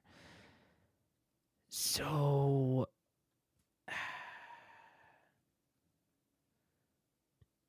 by all those who intent and sealed. Okay. Rebirth from immortal trials and granted her the powers to take her place among the prime gods and become the custodian to the realms between life and death, fate and... Interesting. There's a lot of... There's just so much going on here. Of, like, Sarenrae seems to be using the same words for different things almost interchangeably. Of, like, what does sealing mean? Who got sealed? That all seems to be totally contextual and not consistent. Man. As someone who likes their world to feel real, it can be a very easy trap to fall into, requiring the players to pass specific info from one person to another. In reference to, like, I don't want this to be, like, a repeated thing they have to do of, like, explain the situation to a god. I agree. Easy trap to fall into. I'm speaking from experience. Super duper easy to fall into that. But it's definitely a situation where it's interesting once and then it gets tedious. But it is, like, the most natural thing to do. So if you don't want it to be the thing that happens, you have to actively work around it as a GM. Yeah.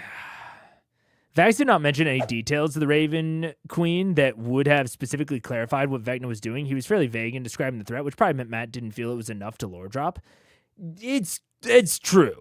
I mean, I think that is accurate. It is mostly just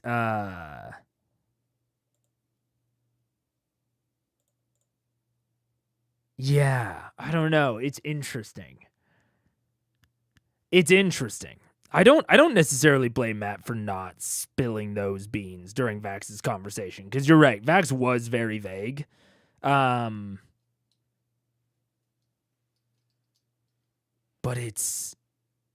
there's this really interesting dynamic where so far the Raven Queen and Saren Ray have both been very willing to help, but seem to need like specific fucking sleeper cell keywords in order to actually help. Like, Matt is expecting them to ask the right type of questions, which is not... I don't think that's like a bad challenge in and of itself. But I don't know that it's sort of like the explaining things challenge of like they're kind of intertwined of like, I think they're all right to use. It's just not something I would do a lot of. I would not repeat it a lot. And I'm really worried that that's what we're leading up to.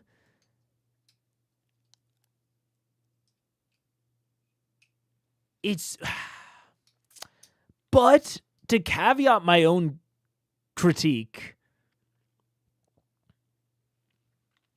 there's some like not analog, what's the word? There's some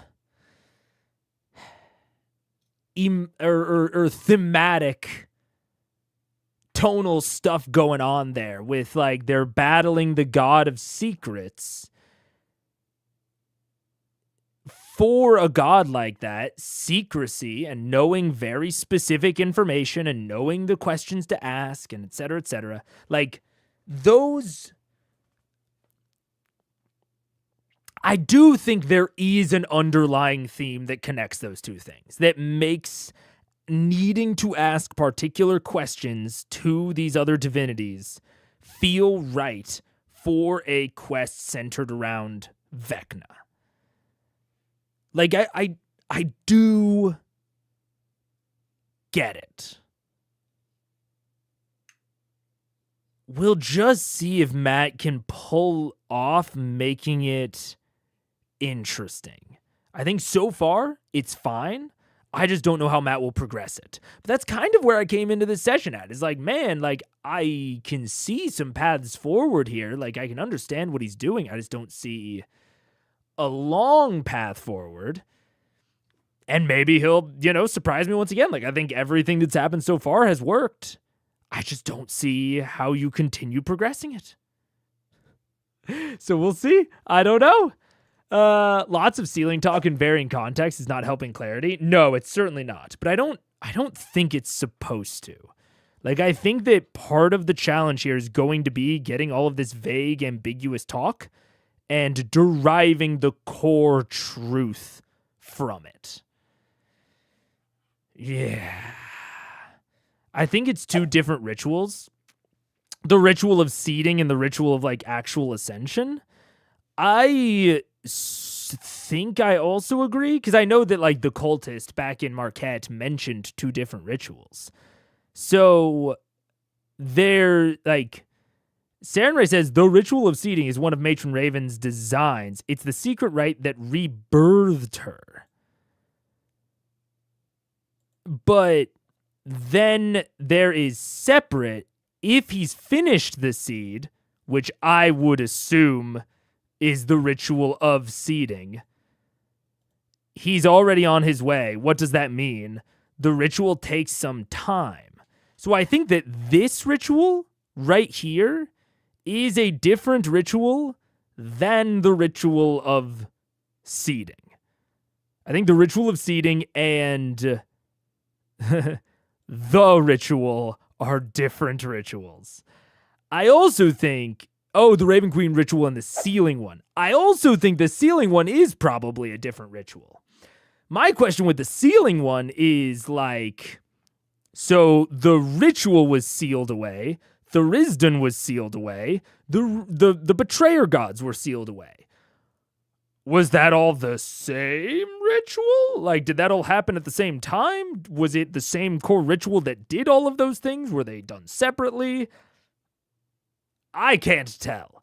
Sarenrae is being immensely vague here, to the point that I can't help thinking it is purposeful. Which, again, is an interesting thematic tie to Vecna. We'll just have to see how Matt makes the actual, like, process of it interesting. But you could perhaps speak with him, too. I don't know much about Cord. We don't see eye to eye. And she looks...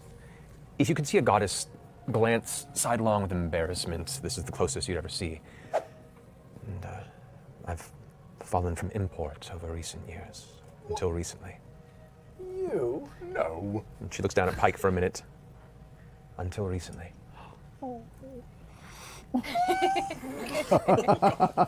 And turns back to Scanlan and says, and don't think your prayers have gone unheard as well. You heard? I'm new at praying. I'm sorry for all the cursing at first. I had a lot of emotions, and I didn't know if anyone was listening. Apologies, but you heard me at night? When your heart was true to it, yes. Wow. You won't tell anybody, will you? Because some of that is personal stuff. She smiles and averts her gaze from him. Do you know if this mortal, this man, this Vecna, do you know in your heart of hearts, Pike, that this man is beyond redemption? Is there any spark of hope in his heart to turn him back to the light? Well, I would always hope that in somebody. But I at least the time spent with him that we have, it doesn't seem that that's his path. I trust in your insight, and this is your judgment to make, the greatest judgment you may ever make. As you walk this path, closer to conflict with this entity, search yourself for any glimmer. And if there is no redemption to be had, then smite him with all the might I've granted you. Okay. He's not doing a lot of talking to us. A lot of like killing and disintegrating and... How will we know if he's a god or not? You'll know. We all will know. Ooh. So it hasn't happened yet? Not yet. Okay. How long do these sealing rituals usually take? How much time do we have? I don't know. That would be... You'd have to ask those who are responsible for sealing it. Don't bother. I'm so confused. That's it? Yeah. That's it? I mean, we didn't walk away from him unscathed the first time, and we're just supposed to try again? Even in the dark days of the calamity, the might of our weapons could only diminish the betrayers who rose against creation. The two that orchestrated our victory and designed the means of sealing away such terrible evil, I've already mentioned. And they would be of more aid than I.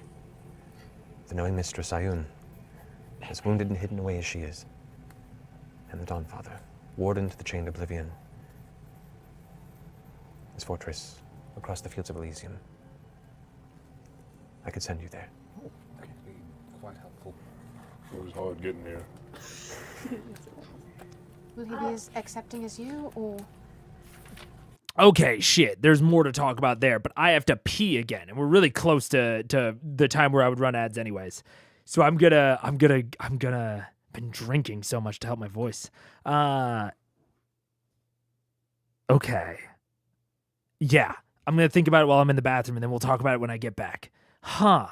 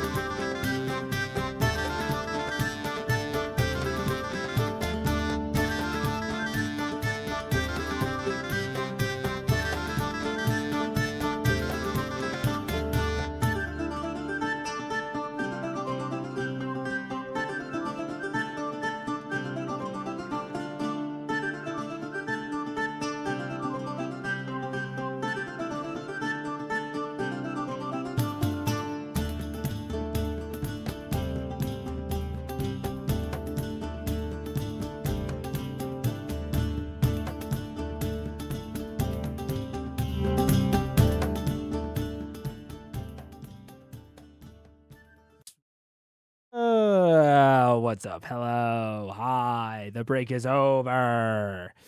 Matt never said Raven Queen was the architect. He just mentioned a architect? What? Wait. I gotta go back and see. Is that... I could have sworn he said it was the Raven Queen's design. No? The ritual of seeding is one of the matron of Raven's design. It is the secret rite that rebirthed her from her mortal trials. I'm saying she was the architect of the ritual of seeding, not of the sealing stuff. So it seems like the sealing stuff is Ioun and Pelor. Well, it's also like, I should say, as the architect, as the designer of the ritual of seeding. Yeah.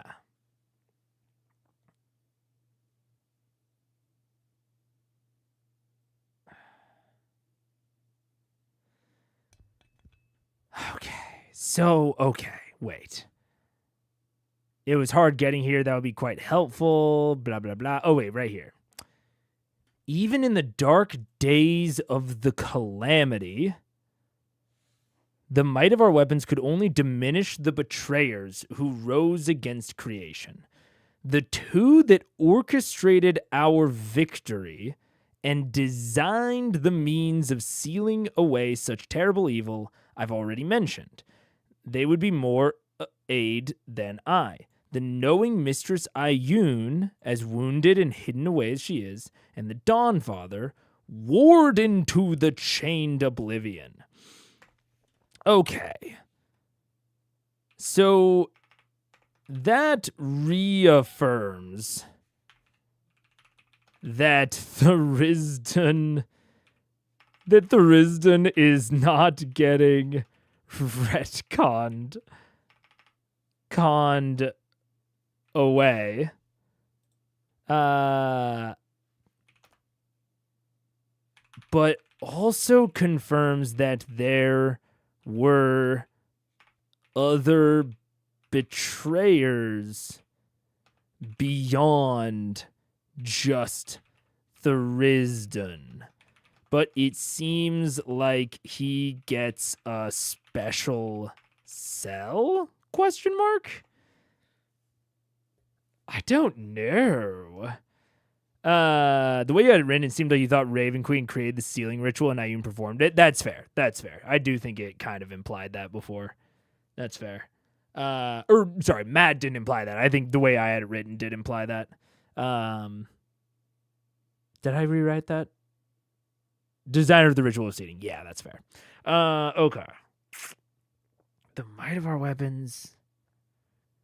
So... Okay. So they're saying that Pelor and Ioun were the architects of victory. And we also know that Pelor and Ioun did battle against Thurisdan. And that Thurisdan is the one that wounded Ioun. And then apparently she hid herself away. And the Dawnfather stayed as the warden to the chained oblivion. Okay. I think I've got... So where is the chained oblivion? Is he outside the divine gate? Is he still considered one of the prime gods, or is he a betrayer god?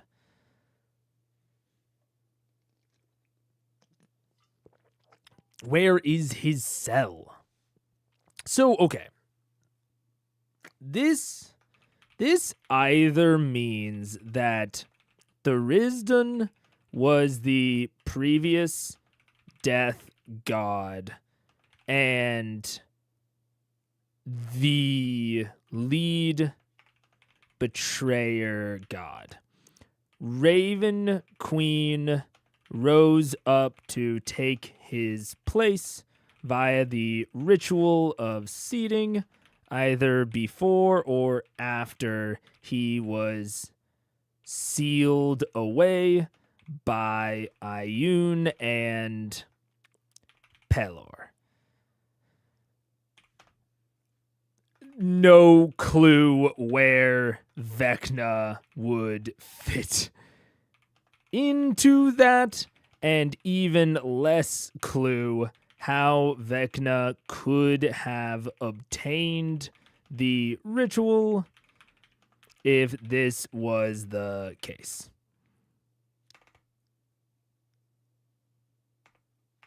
Or Vecna is the previous death god, and Raven Queen was his follower, and he was demoted during the events of the Cataclysm. No clue where Thuristan would fit into that, unless he was a god between Vecna and RQ, a god of death. I don't know. Because it's like, if it's just Thuristan and Raven Queen in the past, where did Vecna come from? Or maybe, or Raven Queen and Vecna were both partners / followers of Thuristan. They designed the ritual of seeding together, but Raven Queen ultimately flipped on Thuristan and Vecna, resulting in them being sealed while she got to ascend. This one is like the most cohesive way to work all of them together, and it would then imply that like the same action that sealed Thuristan probably sealed all of the betrayers, including, or at least the same like ritual that sealed Thuristan sealed all of the betrayers, including Vecna. And that would then imply that the ritual of sealing is not just about keeping something locked away in terms of its presence, like its local presence, but also about removing its knowledge from history. Possibly why folks don't know that the betrayer gods are the Archfey? Question mark?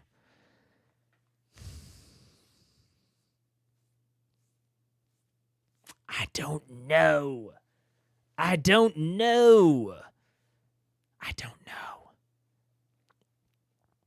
She talked about the Divine Gate in terms of Vecna when she mentioned the only one the gods couldn't stop. No, well, kind of. She said if he were to ascend, he would be the only god we couldn't stop. It was a reference to the consequences of the calamity. So it's right here. Yeah. In order to directly interfere to steal a god like we once did long ago, we would have to tear down the divine gate, and that would release an entirely new Armageddon on your world. So either you stop him and seal him, or you live amongst the only god we cannot stop. And they can't stop him not because he's Vecna, but because they would need to tear down the divine gate to do so. It's not because of Vecna specifically, it's just because he would be on the mortal side of the divine gate. At least from what I have right now. Aren't the betrayers in hell? I mean, that would be very few betrayers in that case. Like, are you saying the 9 hells? I have not gotten any indication that that is the case. But then that would kind of, I don't know. To me, that would raise even more questions than it answers of like, why do the betrayer gods just get to go to hell? Like, is Dispater a betrayer god? But he gets a realm just like all of the prime gods up there? I don't know. That doesn't seem accurate. Or at least that would imply to me that then they would have been sealed. Because the prime, like Sarenrae is saying that the prime gods sealed the betrayer gods.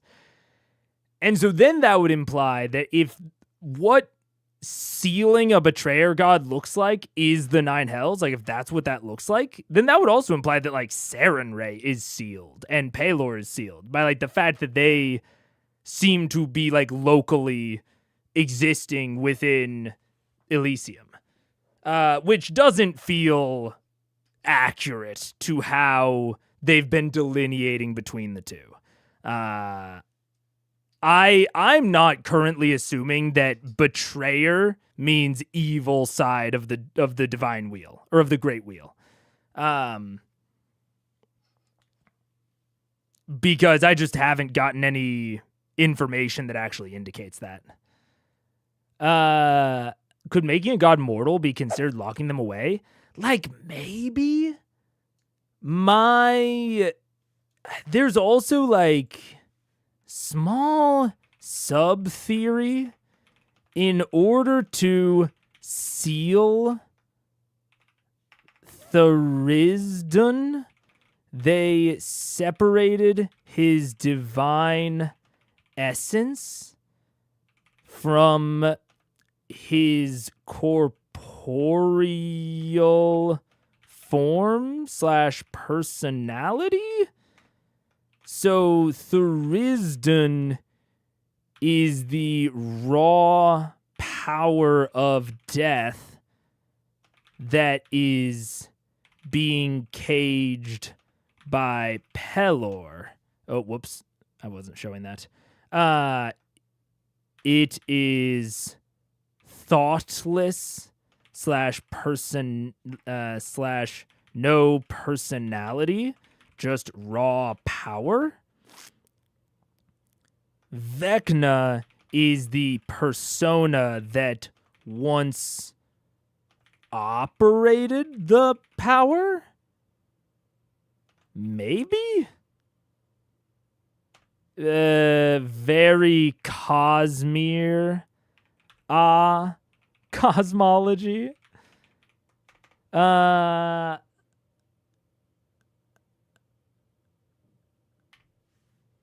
so the sealing of Tharizdun, and so that is why Vecna knows about the ritual? ? I don't know.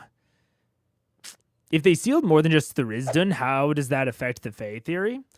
I mean, the assumption there is then that the creation of the Feywild is what, like, they sealed the Fae within the Feywild. That would be what I would then assume. But I don't know. Why do you think all the gods get arrested at the same time and not in separate incidents? because the conflict between the betrayer gods and the prime gods is like the backdrop conflict for the second war at large.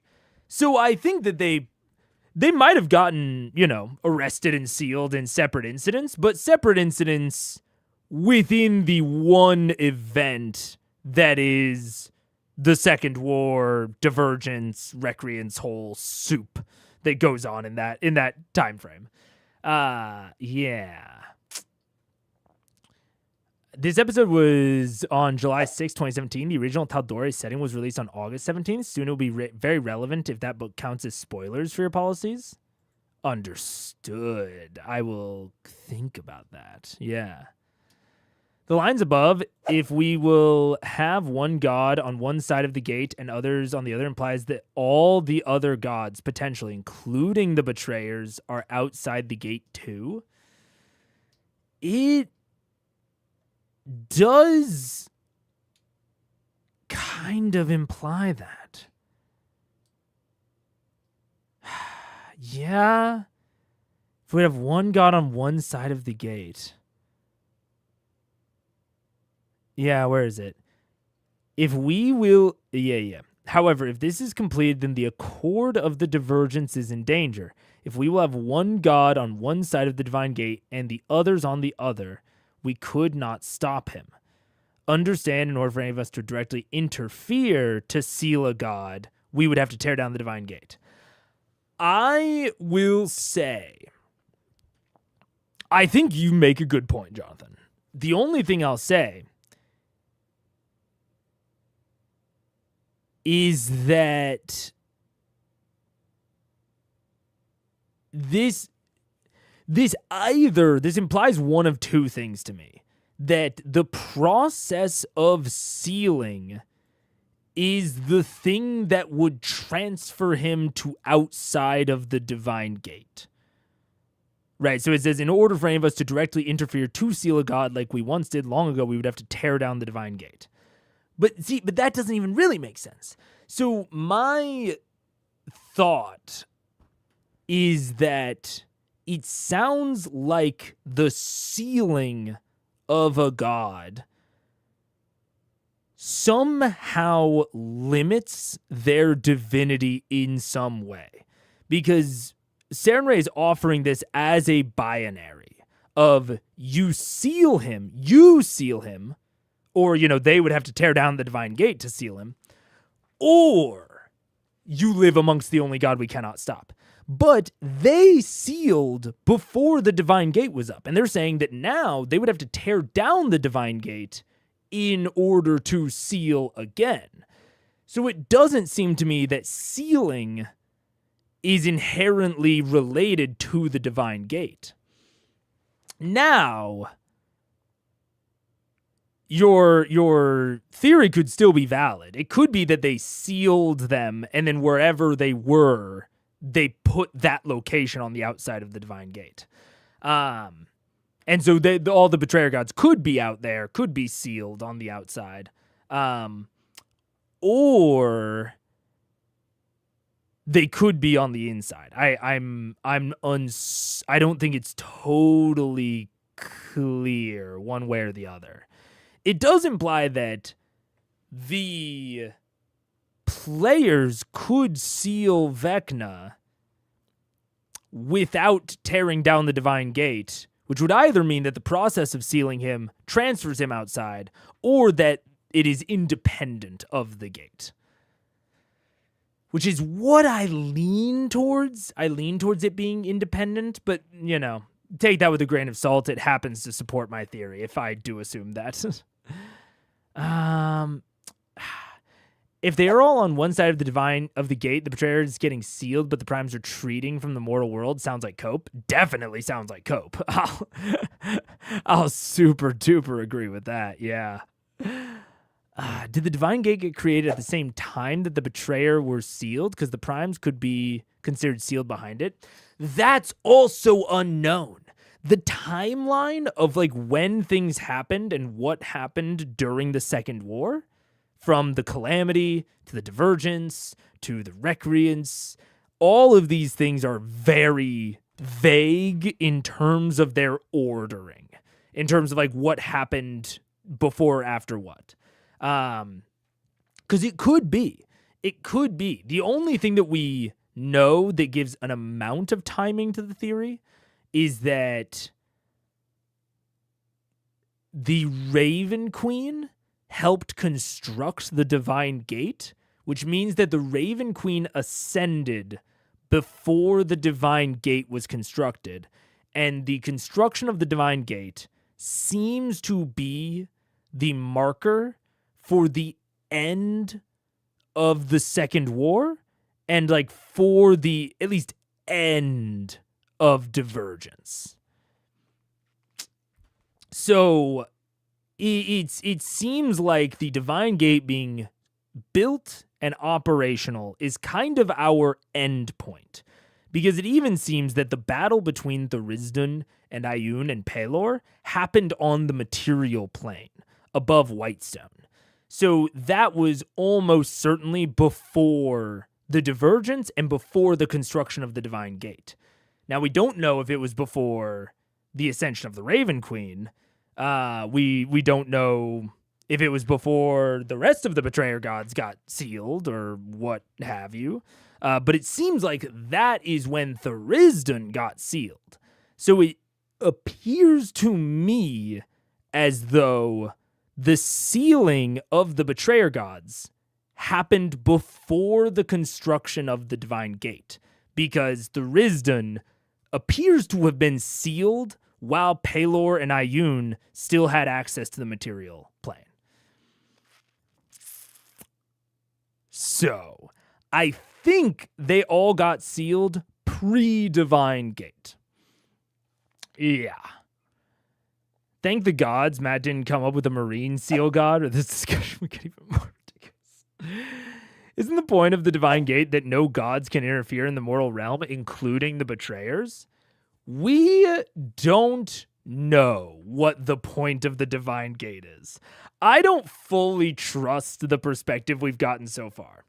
The perspective that we've gotten so far is that post the Prime Gods winning Second War, like this is Vordian theology. This is from Highbearer Vord. After they were victorious in the Second War, they said to themselves, the Prime Gods, oh shit, gods getting involved with mortals is a huge part of the problem. We're going to remove ourselves and construct the Divine Gate.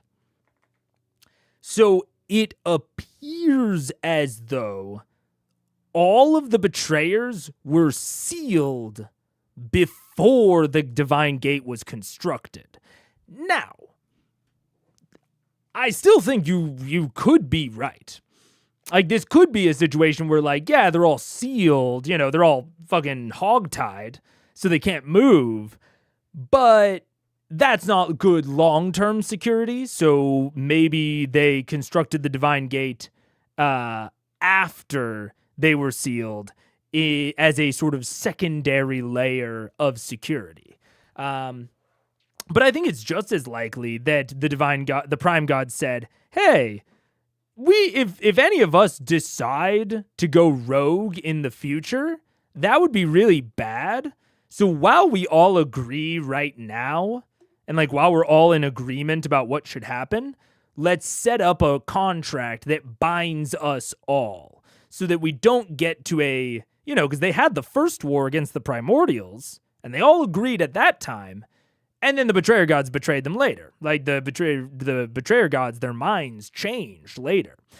So I could see it being, pretty reasonable that the Prime Gods would say to themselves, okay, we all agree right now, let's all put ourselves outside of the Divine Gate so that something like this we don't run the risk of something like this happening again. Kind of regardless of the Betrayer Gods.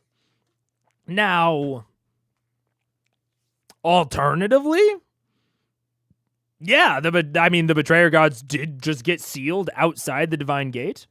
And they're just somewhere that we haven't seen. Or they are just the evil side of the Great Wheel. That'd be kind of strange to me, but it's possible. I don't know. I don't know. I don't know.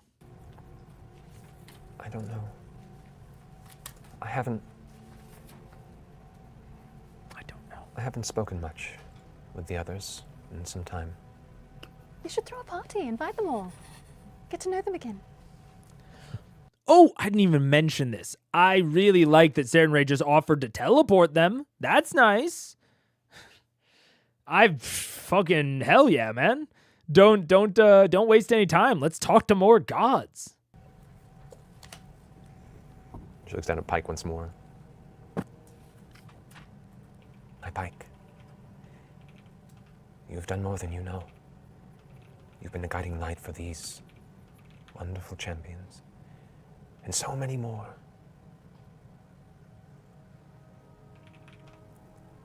She reaches down and lifts you off the ground a bit, looking at your face, the bit of sadness that creeps across it as she lifts you up, and you guys watch as she glides, passing through the crystal, Pike just being brought below the archway as she kind of just lifts her out beyond this crystal structure.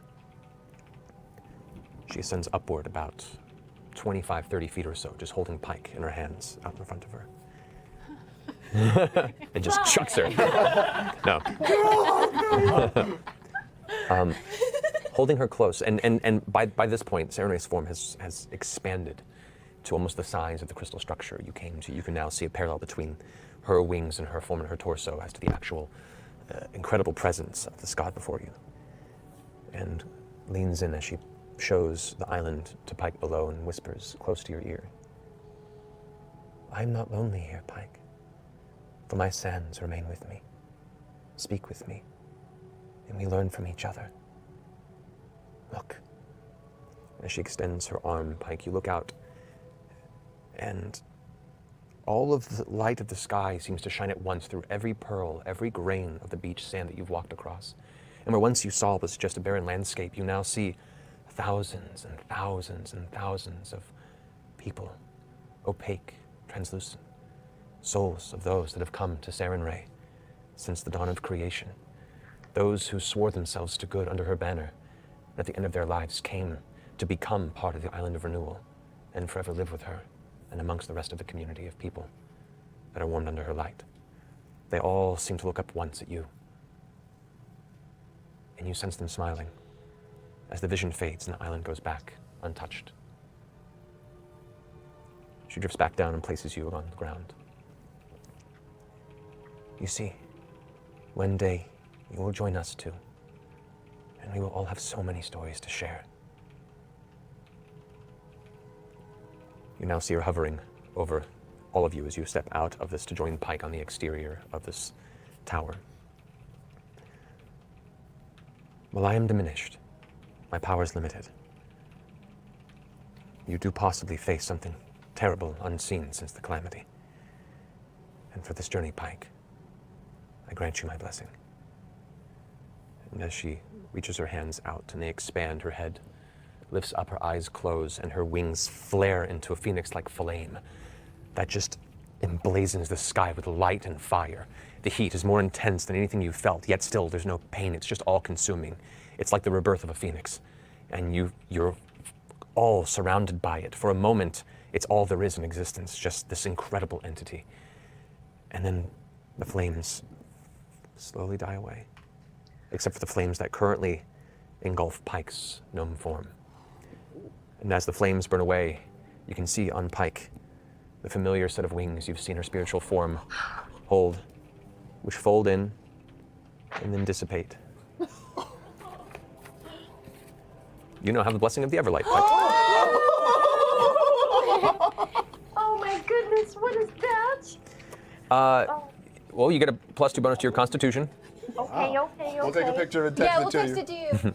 Hey. But as a bonus action, you can summon the wings of the Everlight, granting you a flying speed of 40 feet for up to 10 minutes. And while you have these wings, any spells you cast that cause creatures to regain hit points, heal an additional 10 hit points. But once this ability is used, you can't use it for another 7 days. Okay. Man, I love her so much.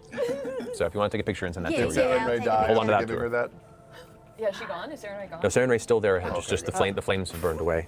I'm gonna send this to you, Right Ashley. here, guys. It's really not cool. Wow.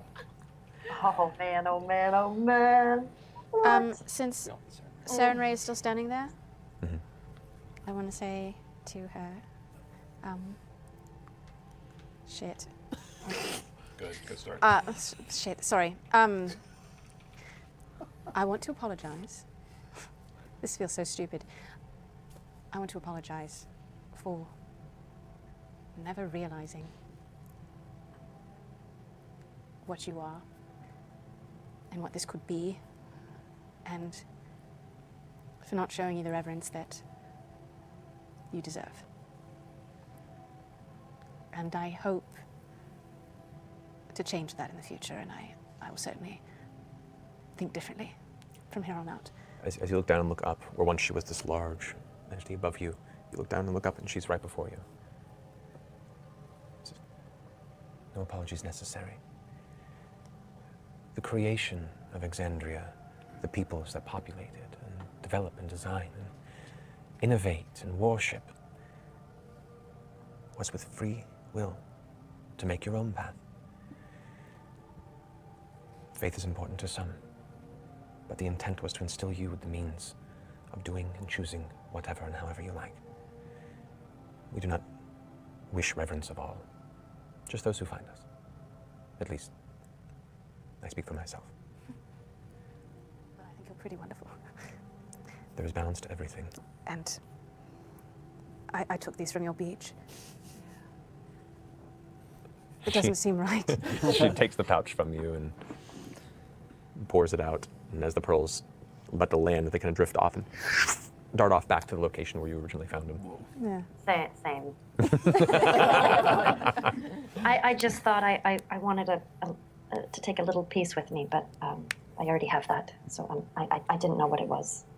As you empty the pearls, they also dart off towards the beach where you first landed. Just thought they were really pretty. So. They are. They have many I would have stories to tell. told you before we left, you know. It's all right. How many prime and how many betrayers do you think there is? 3 group? And do you think there's a 3rd group? I could not even begin to guess. Honestly. Like I don't say that as a cop out. I have truly no idea how large the normal Forgotten Realms pantheon is. Like I have no concept of how many gods are in that pantheon. And I don't know what gods have been added by Mike or by Matt. I know that Saren Ray was added. I think Raven Queen was added. I have literally no concept. You could very reasonably tell me that there are 12 good deities and 12 evil deities in D&D. I currently think that the Betrayer gods are the Archfey, and I have no idea how big the Seelie and Unseelie court are. So I'm going to take a big old guess and say that I think there are 30. I think there are 30 prime gods, 30 betrayer gods, plus Raven Queen.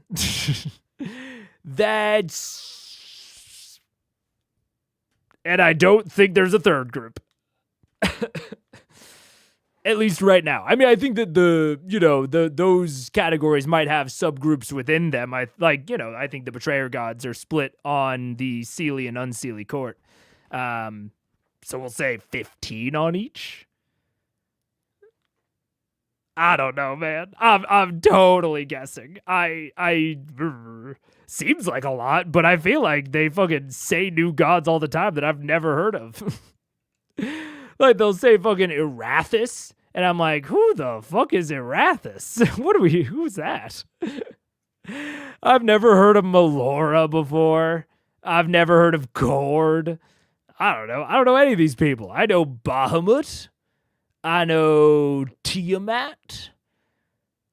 I know Zariel. I know Zariel. I don't even think Zariel's a god, though. Is she a god? Is she a demigod? I don't really know what Zariel's deal is. I just know her from Baldur's Gate 3. I know any of the gods that are referenced in Baldur's Gate 3, but there's a ton of those. There's like the Dead 3 that are like 3 different gods, but maybe they're the same god, but maybe they're like 3 dudes that like rose up and killed the old death god. It was like Merkel, fucking... I don't even remember their other names. It's Merkel, Merkel 2, and Merkel 3. I don't know, maybe that's like fucking the deal between Raven Queen and Vecna. Maybe they're like 2 of the 3 dead 3. Maybe they had a 3rd dude with them that is just like not even mentioned in the histories, and they all tried to overthrow Tharizdun, but then the Raven Queen was the only one that was successful. Unlike in Baldur's Gate 3 times. I have no idea. I got no clue. Zariel is a fallen angel in the Forgotten Realms? Now, what does that even mean? What are we talking about here? What? What does that mean? She's a henchman? Okay. So she's like, but what's a fallen angel? Oh wait, is Zariel the person on the cover of Descent into Avernus? Is that Zariel? She has like the fucking crazy flame halo and she looks fucking sick. Yes, she is. Oh shit. Okay. Fallen Angel was a pretty good descriptor. That got me there. Wild. Okay.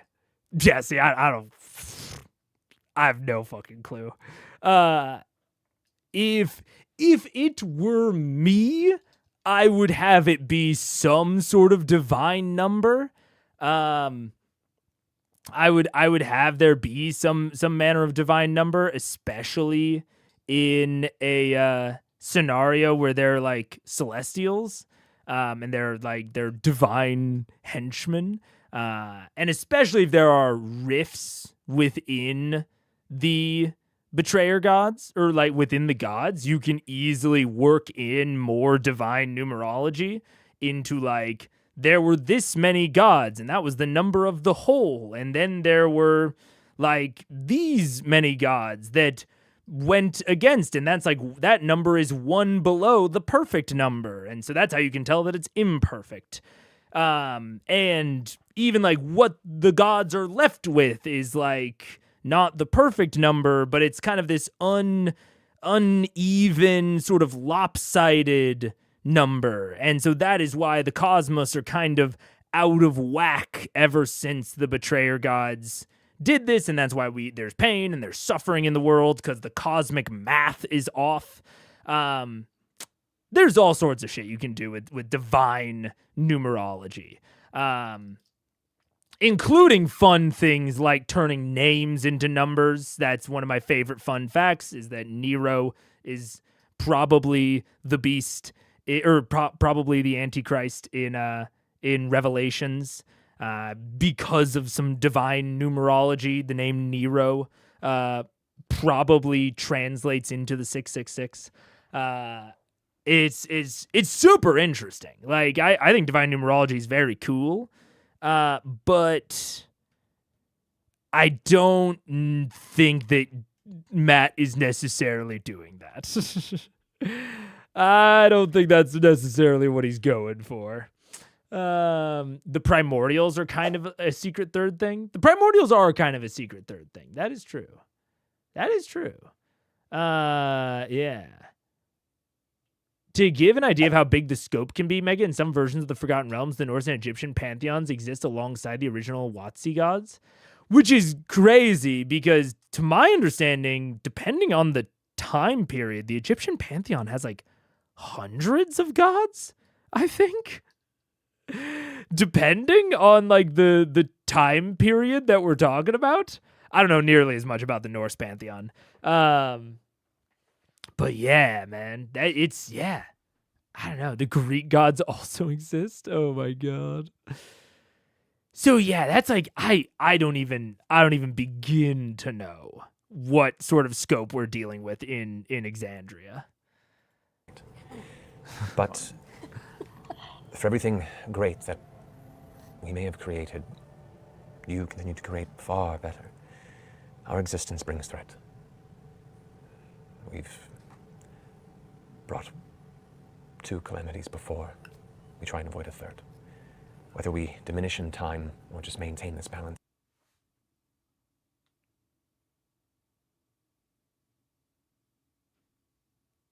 What?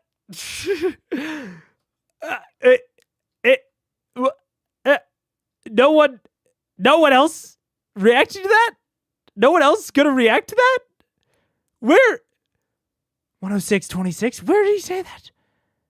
Did I hear that right? We've brought 2 calamities before?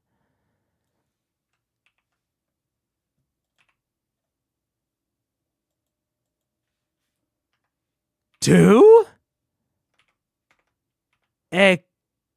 Squeeze me?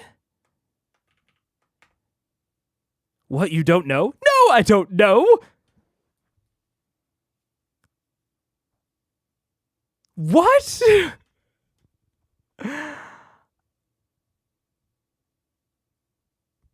I assume colloquial in terms of First and Second War? They have never referred to it that way. They've referred to the wars, but then it's always been the calamity. It has always been the calamity. It has never been the second calamity or the first calamity. It's always been the calamity. What?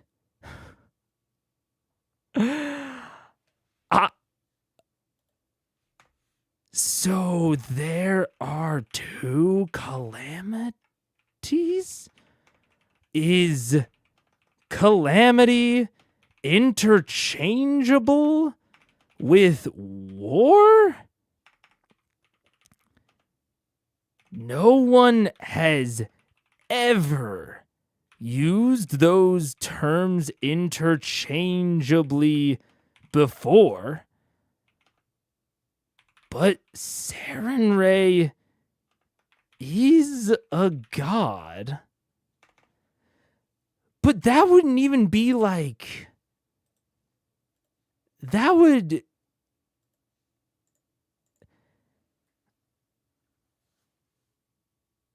But like the even like the way that it's been talked about before is like the betrayer gods are the ones who gave secrets to the mortals, those very fools that brought about the calamity. And that happened in the Age of Arcanum.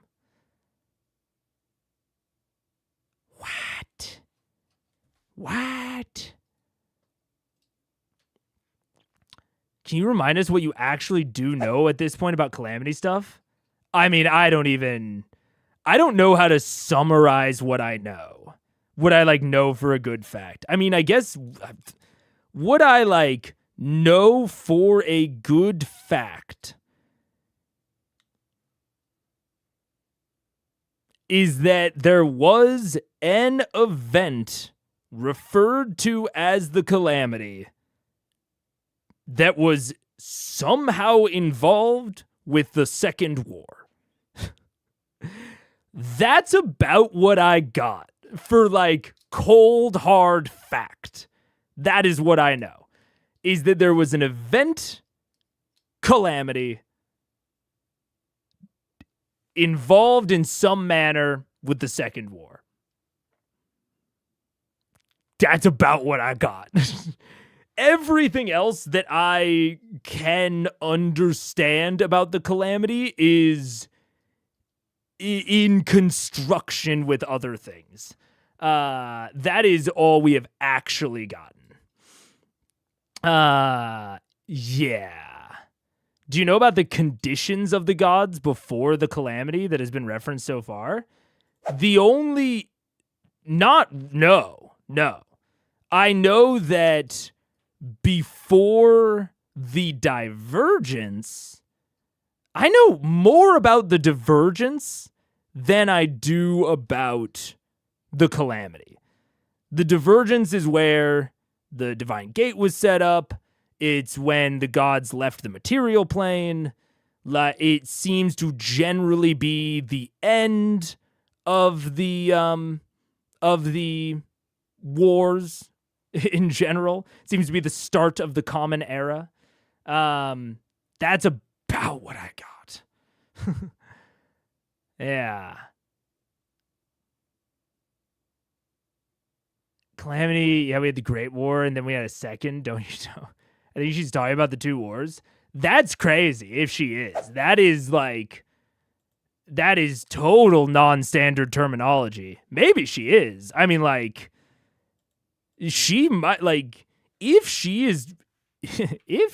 is referring to the two wars here, I just have to chalk that up to the gods having a weird view of stuff, because that is totally at odds with how the terms have been used thus far by mortals. Yeah, I don't know. World War I was considered the Great War. Yeah, like maybe. Both wars very well could be calamities, but only one was named the Calamity. It's like, that's certainly possible. It's just, it would be the first time we've ever heard it referred to that way by anyone.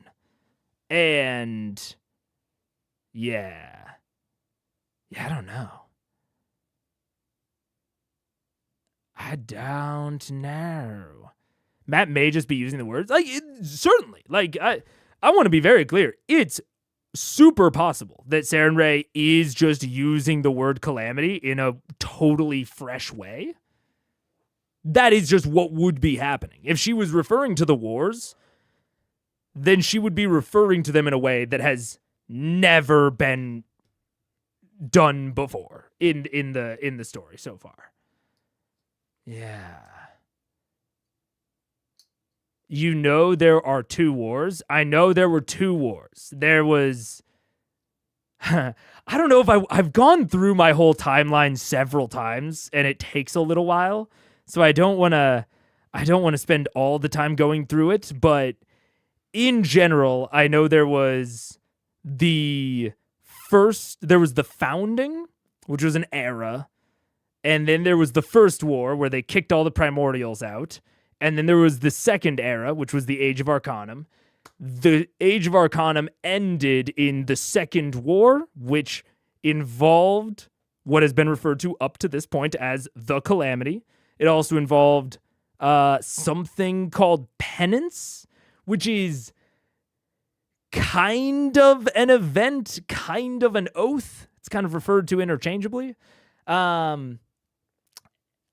I should also mention, I think that the first spark is basically the beginning of the Age of Arcanum. So it went the founding, first war, first spark, Age of Arcanum. I don't know this. I think the Calamity kicked off the Second War, and then the end of the Second War was marked by the Divergence. And now we're in the modern era. And right after the Divergence would have been Second Spark. That is my current understanding of the timeline, but I don't know really most of that for certain. Yeah. Was the first war not calamitous for people since everything but Vasselheim died? Sure. But that's, that's like introducing a new god or a new, like, that would be like introducing an NPC and being like, this is the Raven Queen. And we're like, wait, like the god Raven Queen? And it's like, well, related to the god Raven Queen, like, the same type of being, but this is a totally separate being. Like, this word has been used as a proper noun up until now. This has been the title of something, not a category of thing.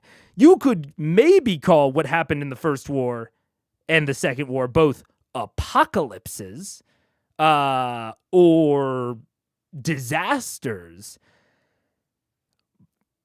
But when the calamity has been established as such a proper noun,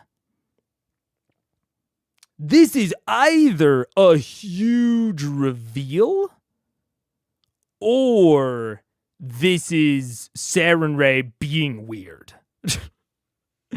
Like, this is one of the two. It is either a massive, massive reveal or Sarenrae is being strange. Here. This is not a normal way to use terminology. Yeah. If it's just referring to the two wars, it very well could be that it's a perspective thing from Sarenrae's view, but yeah, it's an interesting choice of phrasing. That's what I'm saying. It's either her perspective, and she has a very non-standard perspective, which, if that was the case, I don't think it's the craziest thing in the world for a god to have a non-standard perspective compared to mortals. And mortals are the primary sources we've had so far for history. So that wouldn't be crazy. It would be a crazy perspective, but it wouldn't be crazy for Sarenrae to have a crazy perspective. Or I shouldn't even say crazy. It would just be not in line with everything else we've heard, but she's not in line with everyone else we've interacted with. So that's okay. That could be okay. Otherwise, massive lore drop. What do we know about the First War you mentioned? Prime and Betrayer gods were on the same side, but already had beef. And they fought against the primordials and crafted the elemental planes from the corpses of the primordials and ushered in the Age of Arcanum after that. That's about what I know. And people in Alexandria make jokes about the calamity. True. She's the only one who's talked about it that was actually around when it happened. It's true. So that's why I'm... Like, the reason that I'm focusing on it so hard is, like, this is either there was a calamity that everyone forgot, which, given Thurisdun, given the Betrayer gods, given Vecna, clearly, society-wide, and even divine amnesia is not only possible within this setting, but already established. So, mass amnesia on a reality-wide level, to the point where things get erased from books, is a confirmed phenomena with definitely Vecna, but also the name of the previous death god. This is super possible. So that's why, I'm not ruling out the possibility that there was a second-ass calamity that no one talks about, or that no one even remembers or knows about these days. It could be totally forgotten, because a lot of other shit has been forgotten. So, yeah, the fact that she was the only one who's talked about it, that was actually at least partially around, because it seems like she wasn't around for all of it. She says she was betrayed, and then so she wasn't around for the sealing or something. But she was at least in the neighborhood when all of these things happened. So I'm definitely taking... I'm not just chalking it up to it must have been the wars. She's the only one that would know. So I'm taking it seriously that she is referring to something differently than maybe we've heard it before. It's you and your children and your children's children that hold the keys to the future of your lives, your people, your culture, and us. So don't apologize. Would you say Saren Ray is like attractive? Are you asking her? I'm just like a general. Or is this like a question to me as the DM? Yeah, that one. She's beautiful. I wouldn't put it in terms of any sort of a sexual object. She is She's just beautiful. She's just an incredibly beautiful, powerful, feminine form, and to the extent where Grog, who usually being a man who is driven by base needs, not a single thought comes across you in any sort of base or defacing way. It is too powerful. It overwhelms a little bit. Yeah, no, she's beautiful. What are titties? What are? What even are titties? What do titties? I'm keeping my little pearl from the beach. That you've been trying to crush. Yeah. Terrible. That's like shady shit. We gotta keep one. Y'all gave yours back. It's gonna be like the Wonka factory. It's just gonna turn on you. Well, we always talk about how we need Still something busy to lifting get drinks. back Not to how a to be place. washed. Pills from the beach. You get nothing, sir. Good day. Good day, sir. It's just fun. I know. All right, so, you have my blessing, Pike. Do this for me. Do this for them. Do this for you. Do this for all of creation. And do it soon. The longer you wait, well, the longer you wait. So, do you wish to be off to the Dawnfather? Yes. I mean, time is of the essence. We should go right away. Is he as warm and welcoming and nice as you are? Okay, that's a good answer. Yeah, that's With a bright white flash emanating from her torso and arms, your vision just goes white and you all blink for a moment as your head spins for but a brief instant. Your feet touch hard ground and you all immediately reach up and rub your eyes, and as your vision slowly coalesces once more, you find yourself standing in the deep center of some vast orchard, surrounded by an endless sea of fruit-bearing trees of all sizes, shapes, and colors, intertwined, the canopy broken and sparse in places where you can see above a clear blue, cloudless sky. You're no longer on the Island of Renewal, that's for sure. Oh, I thought, but isn't that where the Dawnfather is? Island of Renewal is where Saren Ray is. Okay, the Fields of Elysium. Yes, the Blessed Fields of Elysium is the plane. He existed elsewhere in there. I understand now. Big dimension. Is there the same ever light sky? Make a nature check. Ever present. Ever present, sorry. Ever present sunlighting. I use my true Ever-present today. sky. And you are 29. No, sorry. 31. Whoa. It's hard to see from down low because the canopy does kind of choke it a bit. You can see bits of the sky that appear blue, cloudless, whereas you saw wisps of cloud over the island. This appears clear. You can climb up a bit and try and get a better look if you want. Sure. Okay, so you begin to leap up through the branches, and a lot of the trees here have, winding and knotted branches, so it's pretty easy to find your way up the canopy after maybe like a 5-minute climb. You get up and peek over, and you can see now this orchard goes on for miles and miles and miles, filling this vast valley that you can just barely see mountains that crest the edge of it in the distance near the horizon. You also see there's no cloud in the sky, and there is no sun, but there is a single pillar of light that streaks down from way, way up. The zenith just striking down in the center of this orchard, where there you see before you this awe-inspiring sight of the Dawnfather's home. A gold-plated citadel of many humongous towers and spires that both resembles a military fortress and the largest steepled church you've ever seen. It's hard to gauge distance with so many trees between you and it. You don't know if it's miles off from you, if it's maybe 1,000 feet or so, but even at this distance, it's incredible in its scale. Oh, hey guys, Peller's not messing around. He's like, They make really tall things here. Like, I'm gonna fly up next to Keyleth so I can see. check it out. Oh, Yeah. wow. Yeah. Do you think this is like Saren Ray, where we can't get to him unless we Believe. have him in our heart? You know, I feel a little bit more connected here. This it's trees. I'm surrounded by trees. This I can relate to. I mean, I've tried to talk to Pela before. I've talked to the Sun Tree. I wonder if the Sun Tree is here. Maybe he's got the twin here, like you have a twin? Maybe. Do I recognize any of the fruit that's growing in the trees? Make a nature check.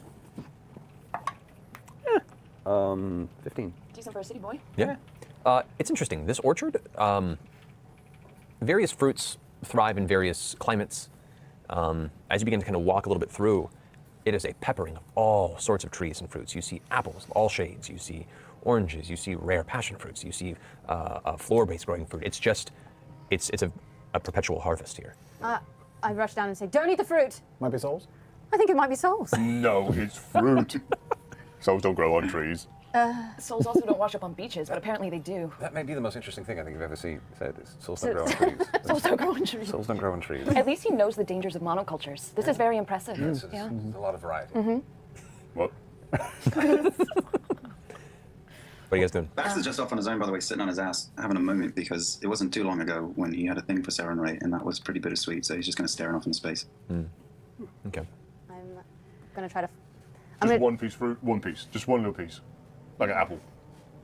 No. What in Elysium? Oh my god, please. If you do eat anything, and you shouldn't, but if you do eat anything, eat something you don't recognize. It'll be funnier that way. Is there any fruit that I don't recognize? Make an investigation check. No, don't stop. Something I don't recognize. Ooh, star fruit. 12. Yeah, actually.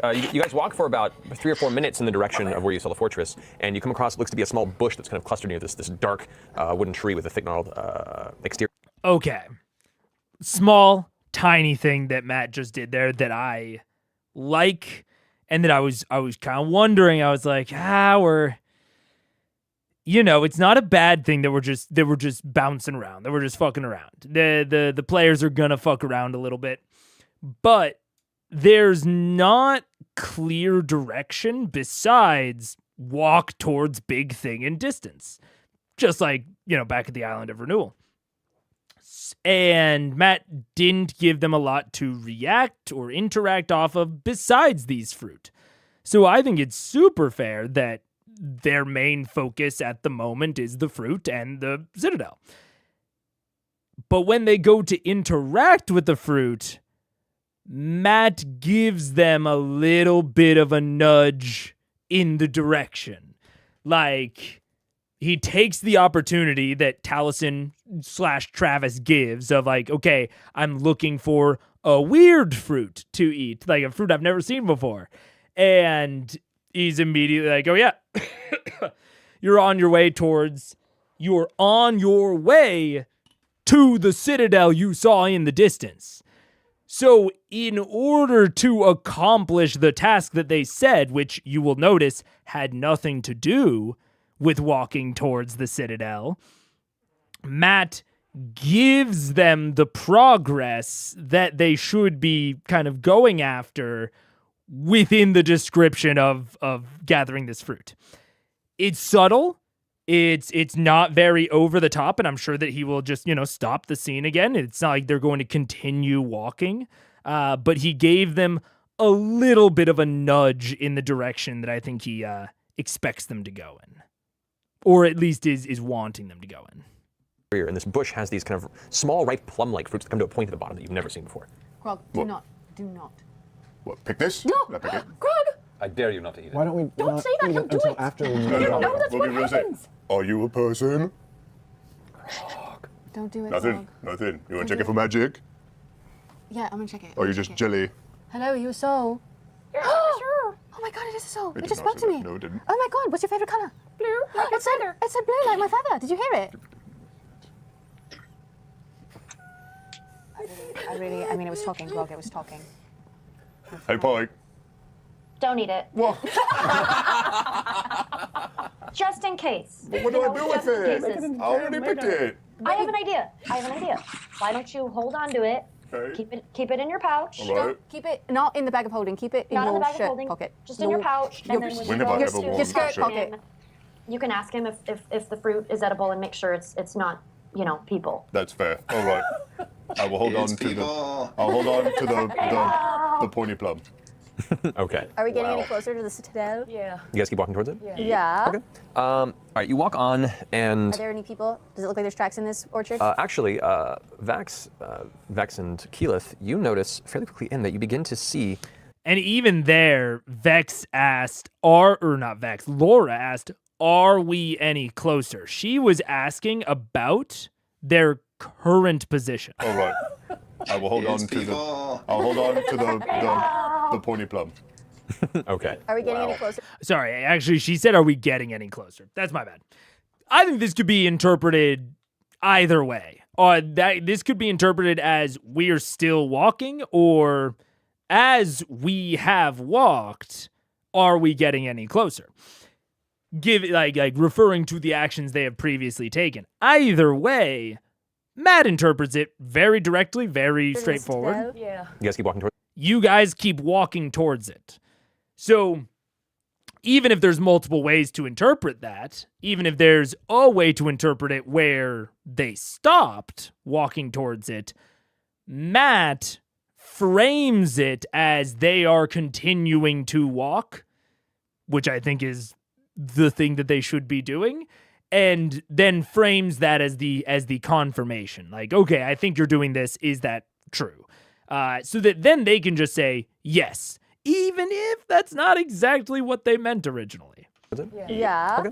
All right, you walk on, and Are there any people? Does it look like there's tracks in this orchard? actually, Vex and Keyleth, you notice fairly quickly in that you begin to see movement ahead as you begin to, as the air itself is. But by the way, the wind here is carrying a very sweet and fragrant, almost like honey flower whiffs that come through and waves as they hit you. The whole atmosphere here is just it makes you Hungry. It makes you hungry. It makes you comfortable. It reminds you of childhood in a strange way. It's just a good positive atmosphere. You begin to see, as you approach, figures moving. Pike, you recognize this because these are similar to the vision you just had from Sarenrae. They are entities. They are souls. They are people that walk the fields of Elysium, and you see them walk with small satchels, and you will see them picking the fruit and gathering and harvesting. They don't seem to pay you too much mind, and as you begin to get close to some of them, they kind of just stop and watch you. It's a very spirited way in a strange way. Like you see these somewhat translucent entities that barely acknowledge your existence, and then as you pass by, they go on to whatever work they were doing. No speech. You don't even see eyes or faces. You just see the outline of a human-like shape, various heights and sizes. But they're picking the solid fruit. They're picking the solid fruit and gathering them. Solid fruit. You don't see any of them immediately eating it. None of them are eating the fruit. I have a feeling it's an offering. I have a feeling it's fucking fruit. Are we getting closer? You continue to walk and make sure to avoid some of the larger clusters of these various harvesting entities, these harvest souls. Who's leading the charge this time? Who's leading you through the orchards? One of you two, you've got. Is this technically a favorite terrain for you? It would count as a forest. Yeah, I guess I'll be in the front. Yeah. Ish. Sure. Percy, have you done a lot of talking to Pelu? Not really, no. Percy, He's how just do you kind feel of- about gods these days? Last time we talked, we were both not optimistic, I feel like. I know how to be polite. Yeah. I'm very reasonable at that. This Reverence. reverence, You can certainly acknowledge when someone can squash you like a bug. yes, But a lot of things can squish us like bugs. I don't know. This is complicated. yes. Let's just keep going. Do I see anything that looks... I'm going to keep an eye out while we're walking for anything that resembles the sun tree. Okay. All right. Yeah. So you're leading the way? Yeah. All right. Go ahead and make a. Because you have no sun to keep tabs on, you're just gonna have to like fly up above the canopy and keep an eye on it. So you're kind of cresting and descending through the orchard as you progress. You travel for about an hour and a half to 2 hours, and you notice that you are getting closer, but it is a long way away. You probably have another 3-4 hours of travel before you get there on foot. It's a long trek. We've got a while. I wonder if we believe harder if we'll get there quicker. I don't believe that'll work. Well, let's just go. I mean, Just keep on yeah. pushing on. Keep it on. Yeah. Yeah. Dude, this is this tone right here is actually something that me and my players talked a lot about. After my what I would say was a failed exploration session. This tone right here of we walk for a little bit and nothing is changed. We just get a little closer. There's nothing actually for us to do other than continue walking closer. And it is the thing that I am going to try to avoid in all future exploration sequences. It's like the thing. I have not seen anything be as tedious or as, and also like as confusing as just walking for a while, and just nothing happening. And I don't blame Matt for like not doing it. Clearly, I did it.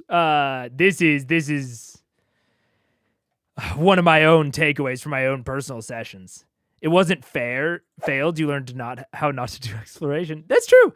No, that's true. I had a ton of, I think, really good takeaways from that session. And this is one of them, man. It doesn't seem like there is an actual challenge here other than the long walk. Or at least there hasn't been a challenge presented yet. So it's interesting. Yeah.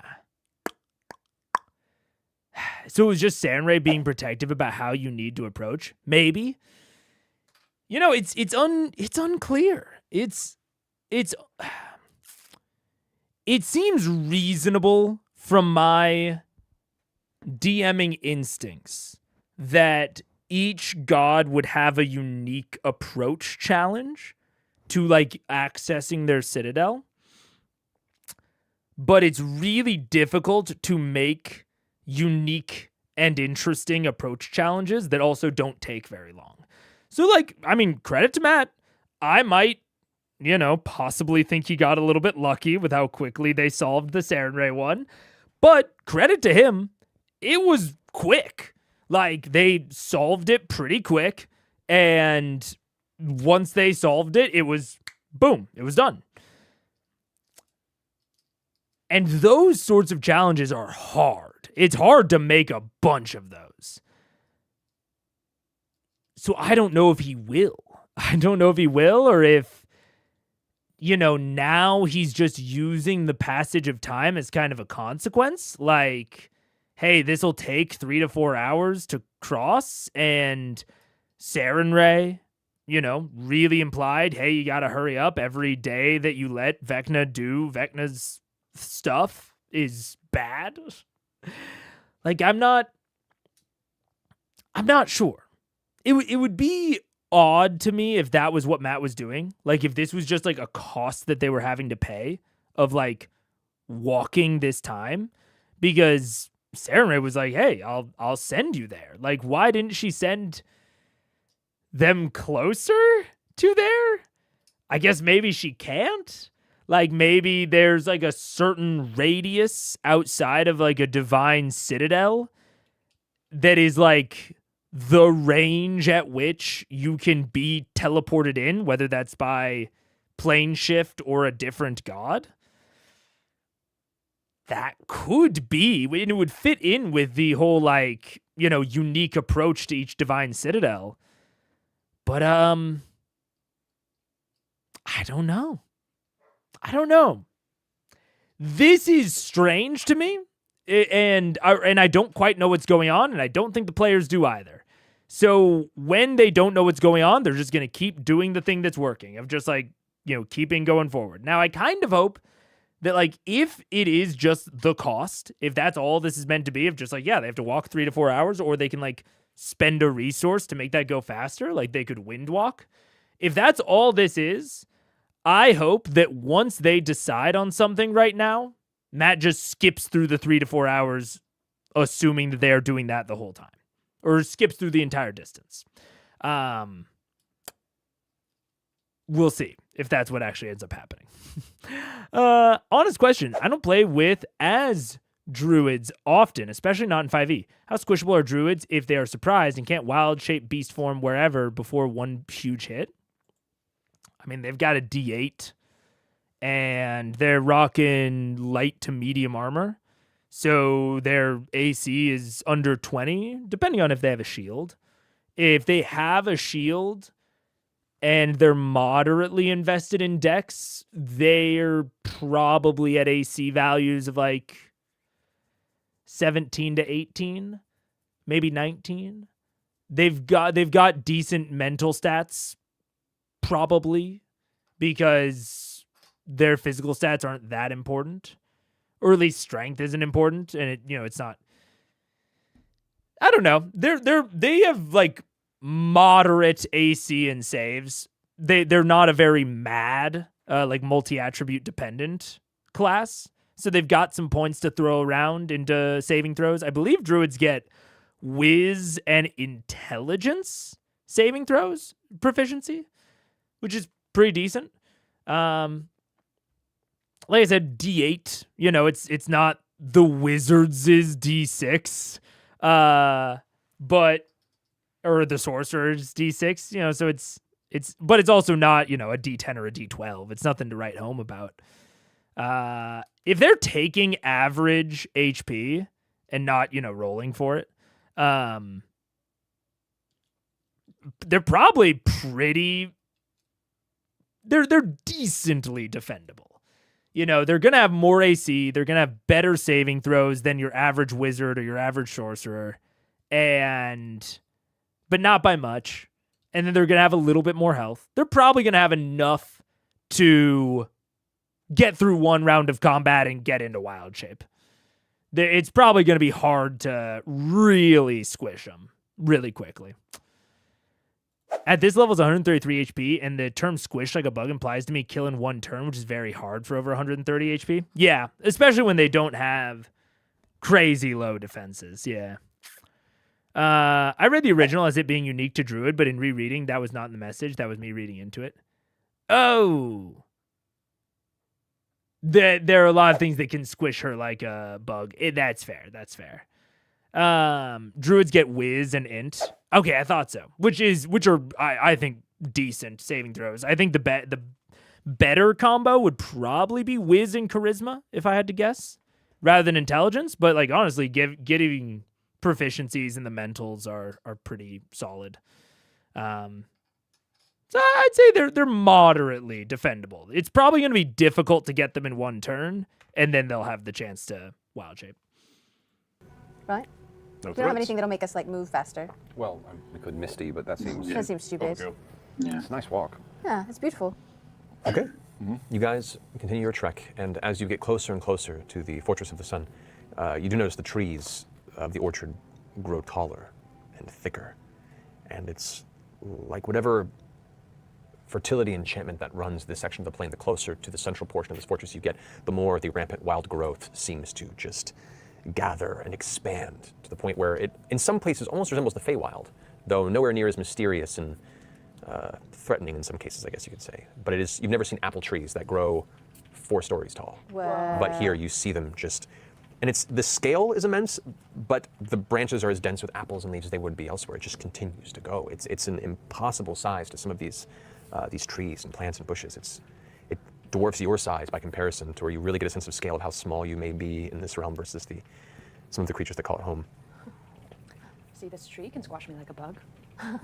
If it Fell came on down. me, yeah. Wonder if its apple grew as big as the actual tree and it fell. It'd be squashed. That'd be delicious. As you progress a few more hours into this trek, eventually, Vex, you begin to notice the light ahead begin. Fair enough. Give him a second to kind of comment on it. But I like that Matt just kind of didn't fully wait for them. He just kind of picked it back up. We're now kind of we're back in the museum feel. Now, again, like I said on the Island of Renewal, if walking through the museum is actually telling you stuff about the plot, I think that's okay. I think it is, or I should say stuff that will be relevant to the plot. I think that's okay. If it's just like, hey, look at all this cool stuff, speaking firsthand, that can get old after a little bit. Kinda no matter how interesting the stuff is. Like, I had my players after my session tell me, all 3 of them, hey, there was a lot of interesting stuff, like, that I wanted to know more about. It just didn't feel relevant enough to take the time on or to, like, experiment with. And So this rampant growth resembling the Feywild, I'm taking note of that. I don't know that the players are, but the fact that I'm taking note of it as potentially plot relevant at least speaks to me that there's some amount of plot relevancy within that. So I think it's okay. The walking through the museum's okay for now. A few more hours into this trek, eventually, Vex, you begin to notice the light ahead begins to grow brighter. Hey, I think we're getting closer. Awesome. Does this feel like sunlight? Does it like register like sunlight, or is it like a whiter light? Like, should we put some sunblock on as we walk Yeah. towards Is it like sun? It like, registers color as a sunlight type light. It is a white, it is a pure light. Like kitchen light white or like reading room light? like vanity It's light? warm or cold. Like, Like noon daylight light. Noon daylight. I think the players are also kind of looking for like, is there anything we need to be aware of, or is it's just the light's just getting brighter? Is that it? And as you as you push closer and closer to where this brightness continues to expand, and it begins to, it's brighter than you anticipated. It's as you begin to notice, you're getting to the edge of a clearing where the tree line comes to a halt. But as you Man, it's brighter than you anticipated is such a DM phrasing. It's exactly the shit I could see myself saying. And I say that in a negative way, unfortunately. Because in that, I can hear the difference in mindset between the DM and the player. Because it's brighter than you anticipated. Sounds to me like something I would think about the player characters. I would think, oh, this light is going to be brighter than they anticipate, or than they might anticipate. The problem is that I don't actually know what they anticipate the light of a divine citadel to be like. Right? So I can world build with that in mind of like, this should be very bright, brighter than expected. Right? I think that's like an okay world building terminology. But it's a bad like mindset to be in while running. Because it is rooted in your expectations for the players. And it is rooted in them doing the things that you expect them to do and interpreting everything the way you expect them to interpret it. It's not that bad, to be clear. Like, there's a little bit of a nitpick. But it is... I only call it out because I get it. Like, that immediately triggers to me as like, oh, yeah, that's the way I would think about it as a GM. The assumptive language is awkward whenever Matt does it. I think it's awkward in general because it is so subjective. Like, I think it's a fine way to think about it when you're constructing everything. But when you actually go to run it, it sort of doesn't mean anything. Like, it doesn't mean a consistent thing to all of the players. Because unless they have an inbuilt idea of how bright the light should be. You know what I'm saying? I think it's okay to say brighter than you anticipate because it tells me this is very bright, basically. It does, yes. But that is all it tells you. Like, there's nothing to sort of, how do I say it?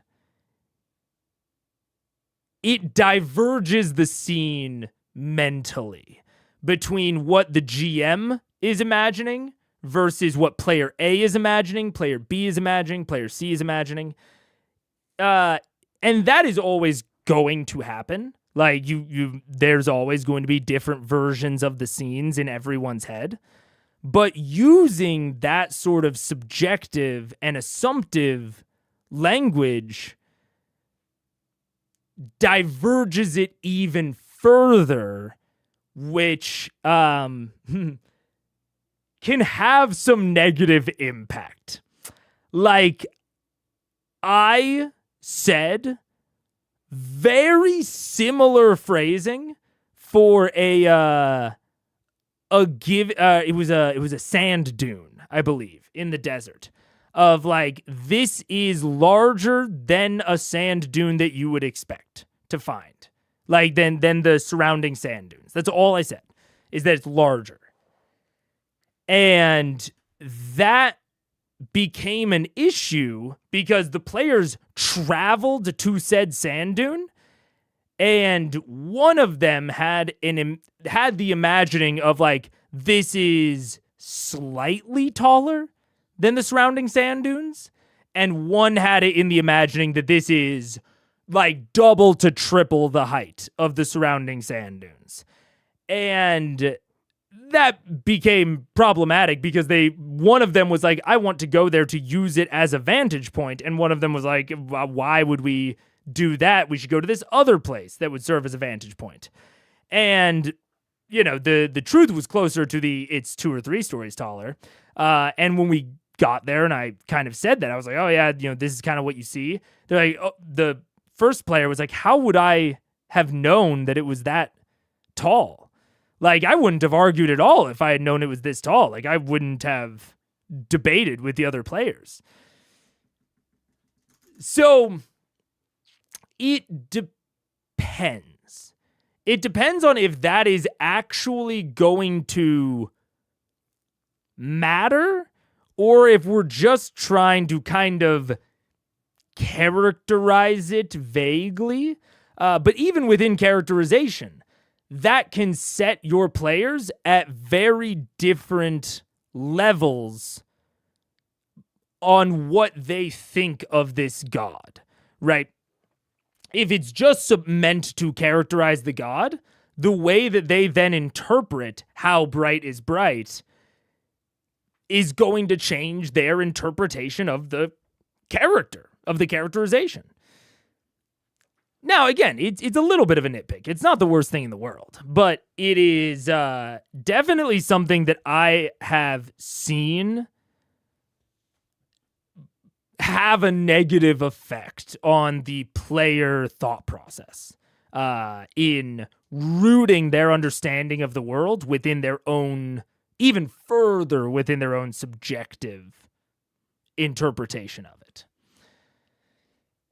As a player, I'm not usually anticipating something until after the description has been given. So yeah, it does feel like, well, I hadn't anticipated how bright it was yet. Yeah. And it's like, again, it's not that crazy. Like, I think what Matt is saying is clear. It just means different things to different people, which has its own kind of bag of bad that I think goes along with it. It hurts your eyes a little bit. You have to adjust from the dark interior. Especially if it's rooted in any sort of challenge. So, right, like if the way that they interact with this light is going to be an approach challenge, if they have to like somehow get shade or something, rooting that in subjectivity is tough. Of the forest to the outside, and as you finally breach the edge of the tree line and look out, you can see this open clearing, and immediately you can see the column of light that's cracking down from the center of the sky is what is lining this clearing. Where the light touches, the trees stop, and it kind of hurts a little bit to look at it because the light is reflecting off of this bright gold brass-colored citadel before you. That is just, you thought the crystal structure that Serenity was in was impressive. This is actually, this is a very good point from Negative Review. I think this is a good general recommendation. But this is something that I didn't mention that is very relevant. How normal the situation is versus how abnormal it is. One of the reasons that describing things with relative language in the weird desert that I was running my players through didn't work is because it was a very abnormal realm. So my players were trying to figure out what even was standard in that realm as they traversed it. Same thing that's going on here with Elysium. So it is fair. Like, yeah, if you're walking into a living room and saying it's far brighter than you expected, that is possibly a way to hint at, oh, something abnormal is going on in this living room. But when you describe it in a largely abnormal setting, it's not clear if we're meant to latch on to that as like, this is abnormal or we need to act upon this, or whether it is a function of the entire realm just being abnormal. That's a very good distinction. It's 4 times larger than the largest structures in Vasselheim or Iman you've ever encountered. And you honestly, less relative right there. There's still an amount of subjectivity there of like 4 times larger than the largest things you've encountered in Vasselheim or Iman. That is forcing them to recollect the largest things that they've encountered in Vasselheim or Iman, and they might remember different things, and so that might scale differently. But it's closer. It is saying this is 4 times the size of a mundane structure. It's giving a sense of scale that, while still somewhat rooted in subjectivity, is less so. Watch as this. It's sort of like the distinction between saying it's brighter than anticipated and it's twice as bright as the brightest light you've ever seen. It's still subjective, but less so. Massive citadel. It has maybe 24 separate towers of different heights that stagger and shift. And they all come to these steeple-like points, and there in the center of the structure is one thick, massive tower that just crawls upward and upward and upward and upward for, even at this point, surmising 15, 20 stories. Before the tip vanishes into the bright light that is descending from the sky above. You see the outline of a few sparse trees that catch your attention. You do see some trees that litter this open space within this bright light that are of the same type of tree as the sun tree that resides in the center of Whitestone. He does have a twin. Do you think this tower is compensating for something, or maybe it's a representation? Hard to tell. Basically, we'll know Vecna's a god if another skyscraper just forms in Elysium somewhere. Just big ass. That's true, that's true. How close are we to this column of light? You're just about to step in, like stepping beyond the tree line and stepping into the light, so you're just at the edge of the tree line. I take I druid craft like a little twig and kind of hold it into the light column. Okay. Doesn't seem to affect it at all. Nothing? No. I'm gonna touch it a little bit. It's warm. It's like warm daylight. Okay, we're not gonna die. That's good. You sure? No. I'm gonna look at the citadel with my eyes wide open for like 5 seconds, and then close my eyes really fast to see if I can see better details of it, like when you look at the sun. You do actually. Oh, it hurts. My sister in the forehead. Hey, I'm doing stuff here. It's science. So am I. So in closing your eyes, yeah, you can see the shape and the outline of the various spires that go off, and you can see the plating and the large heavy structures, and you can see the various windows that dot the outside on multiple levels. It looks like there's at least 7 or 8 different levels of the actual fortress. And I also think, you see their hesitance around the light. I think there's kind of 2 reasons that the players are going to be hesitant here, but I don't know if they're just going to jump into it. I don't know what I would do here, because Matt primed them this session with like, okay, there's an approach challenge to get to Sarenrae's Citadel, and Sarenrae invited them here, or at least invited Pike. And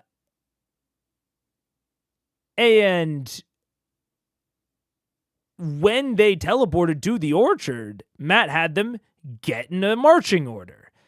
That, you have one of the gods having an approach challenge, and you have Matt asking you to get into a marching order before you start walking towards Pelor's fortress. Like, everything about that implies some sort of approach challenge.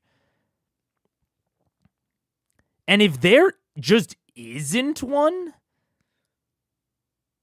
I think at the very least, don't bother with a marching order. Otherwise, the players are just kind of going to be trepidatious. Now, it might not end up mattering.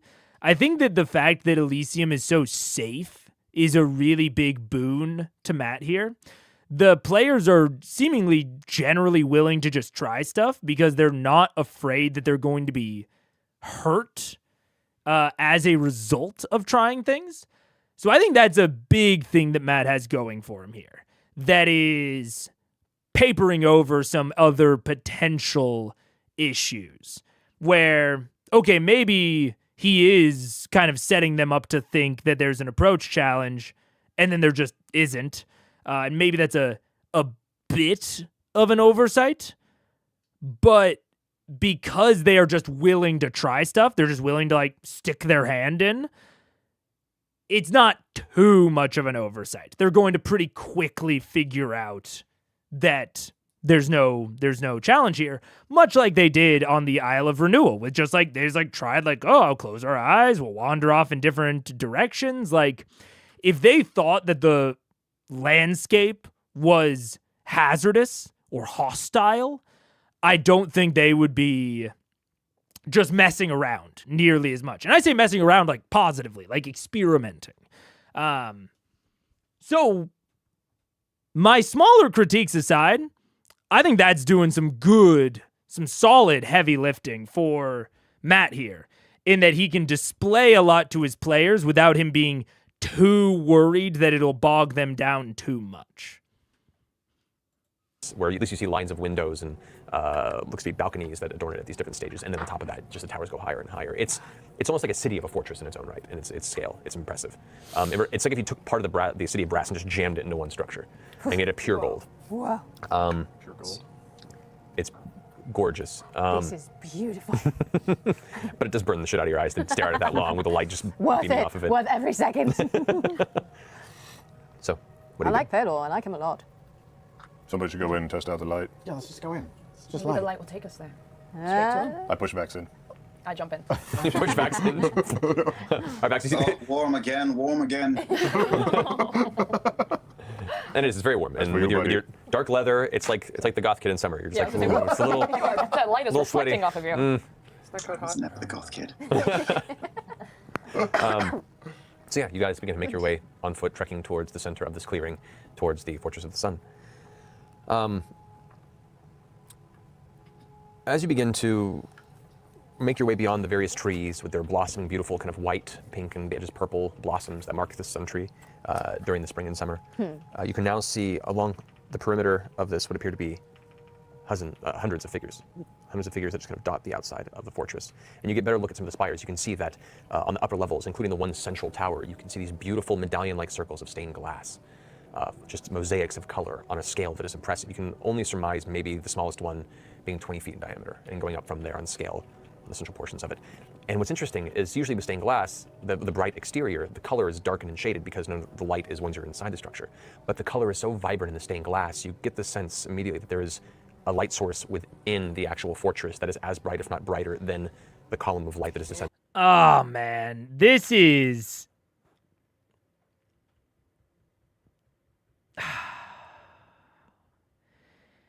It's so tough because this is such my shit, man. This is my shit. This is my type of world building, is like the weird and alien and absurd. I can so thoroughly picture myself writing that aspect of the, whatever he called it, the Divine Citadel, the Golden Fortress. I don't remember what it was called. Man, I can picture myself writing that line on the World Anvil article. And I have learned for the future, especially, that like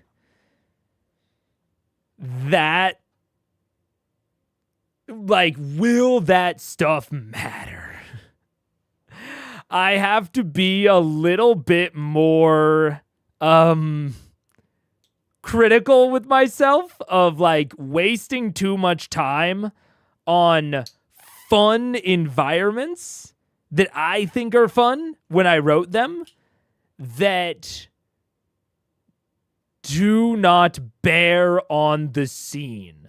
Like the idea of this like jungle leading up to a hard cut where the line is, and then there's just individual sun trees within that line, but there's like this megafauna jungle kind of right up to the edge, and then it's this big ass cathedral where there's light on the inside, light on the outside, so the stained glass looks different, and oh, you can tell that there's light on the inside because of the difference in the stained glass. Aha, my astute players.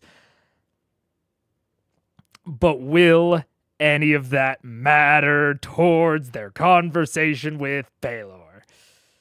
That's like the tough question we gotta ask ourselves as the GM. Is like, this walk-up sequence has taken a little bit of time. I don't remember, where's the last time that I copied in stuff?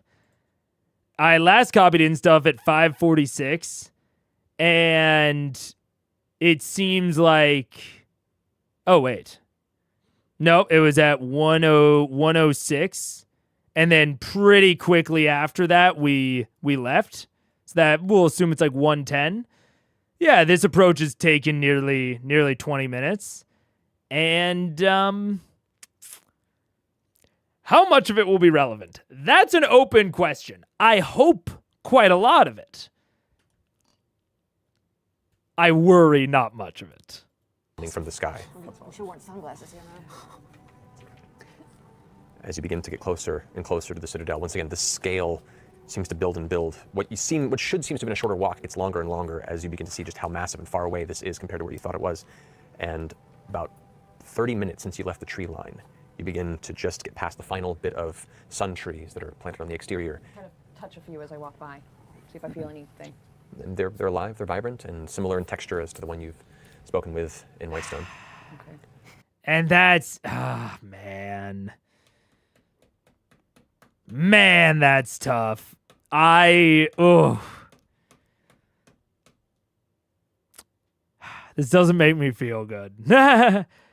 Because it's like, man, do I feel that question. My players were asking those sorts of questions of like, can I touch the sun tree? Like, do I feel anything? Like, they are looking for the things that you describe to matter. And,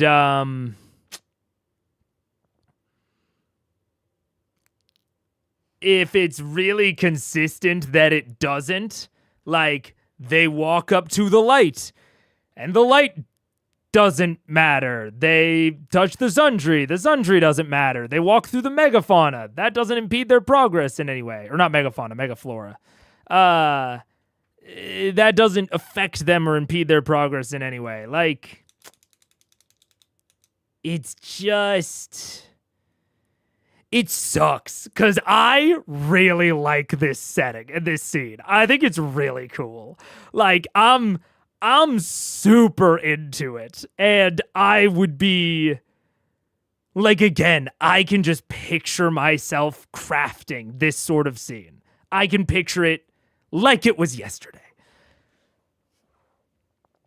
But we have to think about, like, how fun is a scene going to be to actually run, and is the only interest to be derived from just going ooh ah, you know? Then we're just kind of in a what I'm now calling a museum walk. You know, we're walking through, we're looking at the pretty paintings, we're going ooh ah, but touching them doesn't actually do anything. Or, well, I guess in real life it would get you thrown out, but in the D&D comparison, you know, it doesn't, there's no interactivity there. And D&D is an interactive medium. You gonna try talking to him? Should I? I don't know. Do you know this tree? I don't know, maybe he's like a distant relative of the Sun Tree. Maybe I know him by proxy. Maybe they're like, oh yeah, Suntree, I remember him. He got taken away as a seedling, but Yeah, sure, he was really great. Yeah, How's I he grew doing? up with that guy. Yeah. Yeah, he was next door. I mean, you know you wanna. How's It's he an doing? Elysium tree, just saying. I mean, maybe they don't even speak our language. It's possible. Okay, This is a I'll try once in a and lifetime speak, opportunity, try and Kiki. speak to one of the Sun Trees that looks like the most friendly. Amicable tree. Amicable tree. Make a nature check. All right, Not yeah. that one. That one's an That asshole. one, yeah, see this one looks see like a which one dick. seems the most approachable. I mean, I generally agree with you, ES Grill. The problem is, will this characterization matter? Because I do agree that because this is their divine realm, they're approaching their divine citadel, this could be resulting in characterizing the god itself. But does that matter? Does it characterize them in a way that matters? Did it matter towards their conversation with Sarenrae? And I mean matter in terms of like the options that the characters had, or the characters knowing and understanding the character they were talking to at a deeper level, to the point that it might influence how they go about the conversation. Did that happen with Sarenrae? Did it happen with Sarenrae that their conversation was influenced by the crumbling statues from times long ago, the pearlescent beach, the everlight sky? Maybe like one or two of Vex's comments, or even Scanlan's comments were rooted in the fact that, like, you know, different people among them saw the light. But that wasn't even really part of the world building. That was kind of its own bespoke little mini mechanic of just like they closed their eyes and saw this thing with their eyes closed. It had nothing to do with the area around them. It only had to do with like the people that could see it were the only ones that could approach. And so it's tough. It's like, I don't think that anything about the Isle of Renewal characterized Sarenrae in a way that mattered for the conversation. And so I'm like walking up to this and I'm like, what am I meant to think about Pelor here? That he's very ostentatious? Or what am I supposed to think about him that I don't already know? Right? So the fact that he has sun trees here is like, okay, yeah, sure. Like, Pelor's connected to the sun tree, I guess confirmed? I already pretty much, I had it pretty confirmed in my head that he was connected to the sun trees. The fact that he has this big ass light around his citadel, he's the god of light. I already knew that as well. Like, the fact that his citadel is like big, he's powerful. I also already knew that, right? It's like, what is this serving towards the character of Pelor that wasn't already established, right? This is just a lot of like, oh yeah, sure. Okay, I guess, yeah, that is what Pelor's stuff would look like. And again, keep in mind, I think this setting is fun. Like, I really like it. I just don't know that it's like doing anything for the story besides taking up space. The thing that it has gotten closest to is the call out that it resembles the Feywild. That was interesting to me. It's like, oh, okay, interesting. So there's maybe like a Pelor connection to the Feywild. Okay, interesting. And there's something to be said for, like, you know, if it's ostentatious, it's ostentatious. Like, you know, prep for the meeting with, you know, there's certainly an amount of priming you could do there. It also doesn't need this much time. So I don't know. It's tough. I'm someone that likes touring weird and alien landscapes, but the time it takes is often not worth it unless you pack it with interesting stuff.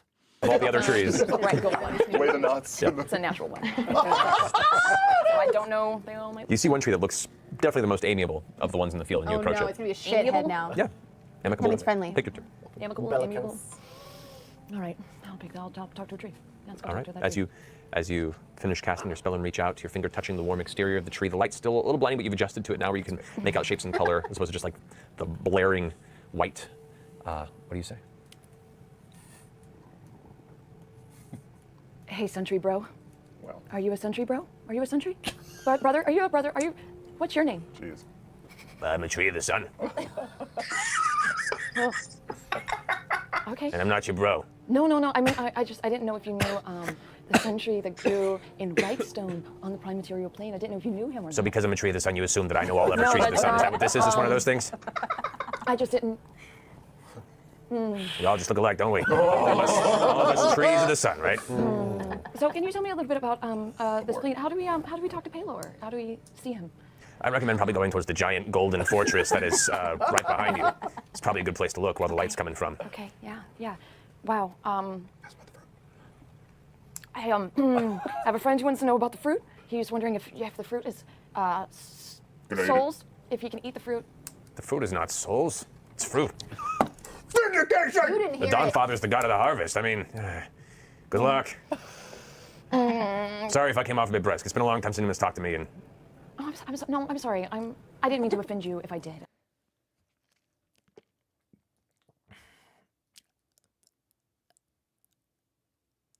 Man, again, do I get it? But like, and I get it. It is a funny joke.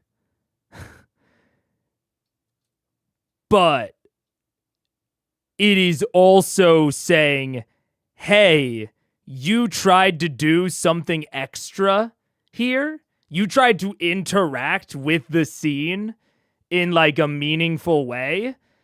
Fuck you, keep walking.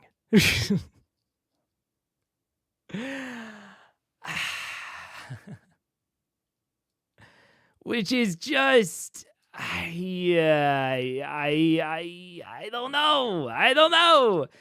There's the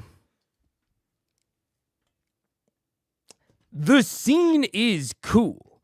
There's just no reason we need to walk through it. You know what I'm saying? Like, there's no reason that Saren Ray couldn't plop us right outside the doors and we just get the full experience with how not relevant it feels and with how interacting with things is just saying the process of interacting with things just results in something saying, hey, stop interacting with me. Keep walking. Oh, I'm sorry. You thought that the GM paused to have you interact with things? No. This was a monologue. Keep walking. I'm sorry that you thought that you had some interaction that you could do here. Keep walking. I don't know. It would feel weird if there wasn't some descriptions on the godly realms. Absolutely. It absolutely would be weird. But they don't need this much presence. Like, actually walking through this is, and I am bringing this up pretty firsthand, of like this sort of just like kind of walk through a bunch of stuff and hear about it and have no interactivity with it, no decisions to make. This is essentially a monologue. And so, it's a monologue with being presented in such a way that implies that there is choice, but then anytime that choice is actually, anytime that the players actually try to make a choice, they are discouraged, and we go back to the monologue. So that is, I think that's more the problem here. It's not that there is a description of the godly realm. It is that there's nothing to do while that description is being levied. So the description either needs to be more condensed or it needs to have more to do. Like, despite what I said about, like, you know, the description on the Isle of Renewal having nothing to do with the Sarenrae conversation, there was something to do there, right? There was an interaction. It was kind of separated from the environment, which I don't think is great, but it was faster than this. And the point at which Matt paused to give them time to interact is the time at which they like encountered the challenge. So they were like on the beach, they walked forward, and now they're at the challenge. Whereas this has been, they came in, they walked for a little bit, saw the souls, walked for a little bit longer, saw the megaflora, still, you know, didn't have anything to do, walked a little bit further, got to the light, interacted with the light. It did not react or respond in any meaningful way. They walked a little bit further. Keyleth tries to talk to one of the sun trees and gets told to keep walking. So there were, what is that, 3 separate kind of like, or 4, I guess, pause points that imply player interactivity that had none. Whereas on Sarenrae's, it was the beach, I guess we could count as 1, and then the colonnades where they're in the loop. And that is an area where they can interact. So there was basically one area of the Isle of Renewal, the area that they got plopped into, that didn't have any interactivity, and Matt paused to feasibly allow them to interact with nothing. Yeah, I don't know. The walks up to the big towers are actually the part of this episode that I remember the most. I understand why. They're probably going to be mine too, because they are like that long description, that long monologue with no amount of interaction is how we as the audience experience the entire show. Right? The entire show for us is uninteractable. We are listening to Matt and all of them interact with things and present things, but we aren't allowed to interact with all of it. So we are intaking the show in the sort of vein of not being able to interact with any of it. So when it's just really cool, you know, descriptions, because again, I want to make it hyper clear. I think the landscape is fun. I really like it. It's the same type of, like, if I presented this at one of my games, my players would be like, oh, this has Mega written all over it. Like, this is the sort of shit I would make. But it's different for the players. The difference is there is multiple opportunities that Matt is giving them to interact and then saying, no interaction. You don't have anything interesting to do here. It's just it. It'd be like, it'd be kind of like, I guess maybe I'll make an analogy or a metaphor. It's kind of like if they were in the middle of Iman and Matt, and they said, we want to head towards the Cloudtop District. And as they're walking, or maybe not even the Cloudtop District, it's like, we want to find the tailor's shop. And Matt narrates several segments of the city along their way, and even other shops that just aren't the tailor's shop. And they interact with like a guard, and they're like, hey, where's the nearest tailor shop? And the guard is like, I don't fucking know. Why are you asking me? And, you know, they just gotta keep looking. It's I don't know. Again, I get why it's the most memorable part for an audience member, but the lack of interactivity combined with the time, I think, is not good. Yeah. I always imagine... I always imagine Pelor's realm as an infinite farmland, but I like to imagine gods closer to humanity. Yeah, fair enough. And I mean, it has nothing to do with, like, for me, it has nothing to do with the actual description that's taking place, like the details of it. I think it's fun. It is like the lack of anything for the players to do.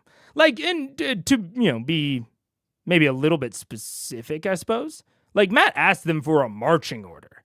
That is absolutely implying that there will be something to do in here. And there just hasn't been. So, yeah, I don't know. I get your point, and I don't think you're wrong, but I also can't help but think it feels harsh, even if you're not intending it to. I get why it feels harsh. I think it's I do think it's kind of harsh, actually. I won't say like I intend for it to be harsh, but I think it is harsh. I think that, like, and this is like, I only say this because it's something that I've had to say to myself, is that sometimes as GMs, we have to limit the amount that we are purely showcasing our world. Like, we have to sort of keep it front and center that if I just stick my players on, it's a small world after all, and they're just going through the caverns and they're looking at all the pretty stuff, that's not TTRPGs, right? TTRPGs involve interactivity between the players and the GM. And that interactivity sometimes does need to be, like, controlled or discouraged. Sometimes there are things you need to get through and you need to tell your players because it is important to the story or coming challenges. But I think that this is a display of maybe one of my worst GMing habits. Like, truly. And a habit that I honestly don't think Matt displays all that often, but that I really have to contend with, is that I just make something cool and I want my players to just discover the cool thing that I made. And that's it. And that is just like how it presents and exists within the story. It is just like, wow, look at that cool thing. And that is, and for like a YouTube audience, that's totally fine. A lot of Critical Role is just looking at the cool things that the players create, but that's not exactly what your players are there for. Sometimes it is, but it's not just to go on a tour of like your writing prompts. And that is harsh. Like, but it's something I have to like tell myself is D&D is not just writing and then showing your writing to people. You're crafting a story that the players can have an influence on, or at least that's what you should be doing. And this is hedging into just crafting a story or crafting a part of a story or part of a world just to display it and have it be fun to look at. Not to actually interact with. It is a little bit harsh. Like, I'm not gonna lie. I think it is a little bit harsh, but I think it's the type of harsh that DMs sometimes have to be with themselves. Apology accepted. Would you like a hug? No, I would most definitely not like a hug. Okay. Well, it was wonderful meeting you. Absolutely. Thank you. All right, bye. Okay, bye. I guess to clarify, I think it's more acceptable in an actual play, is kind of what I'm saying. Like, I think because it's in an actual play, there are like a portion of people that care about Critical Role that are totally served fine by a showcase. Like, us as an audience are totally served by a showcase. And it's less of a thing for a home game. I think a home game is less served by a showcase. Yeah, okay. Cool. I want to make sure we were on the same page about that. But yeah, it is. I do think, like, for an actual play, it is. And I think earlier from, who was it? Rebecca.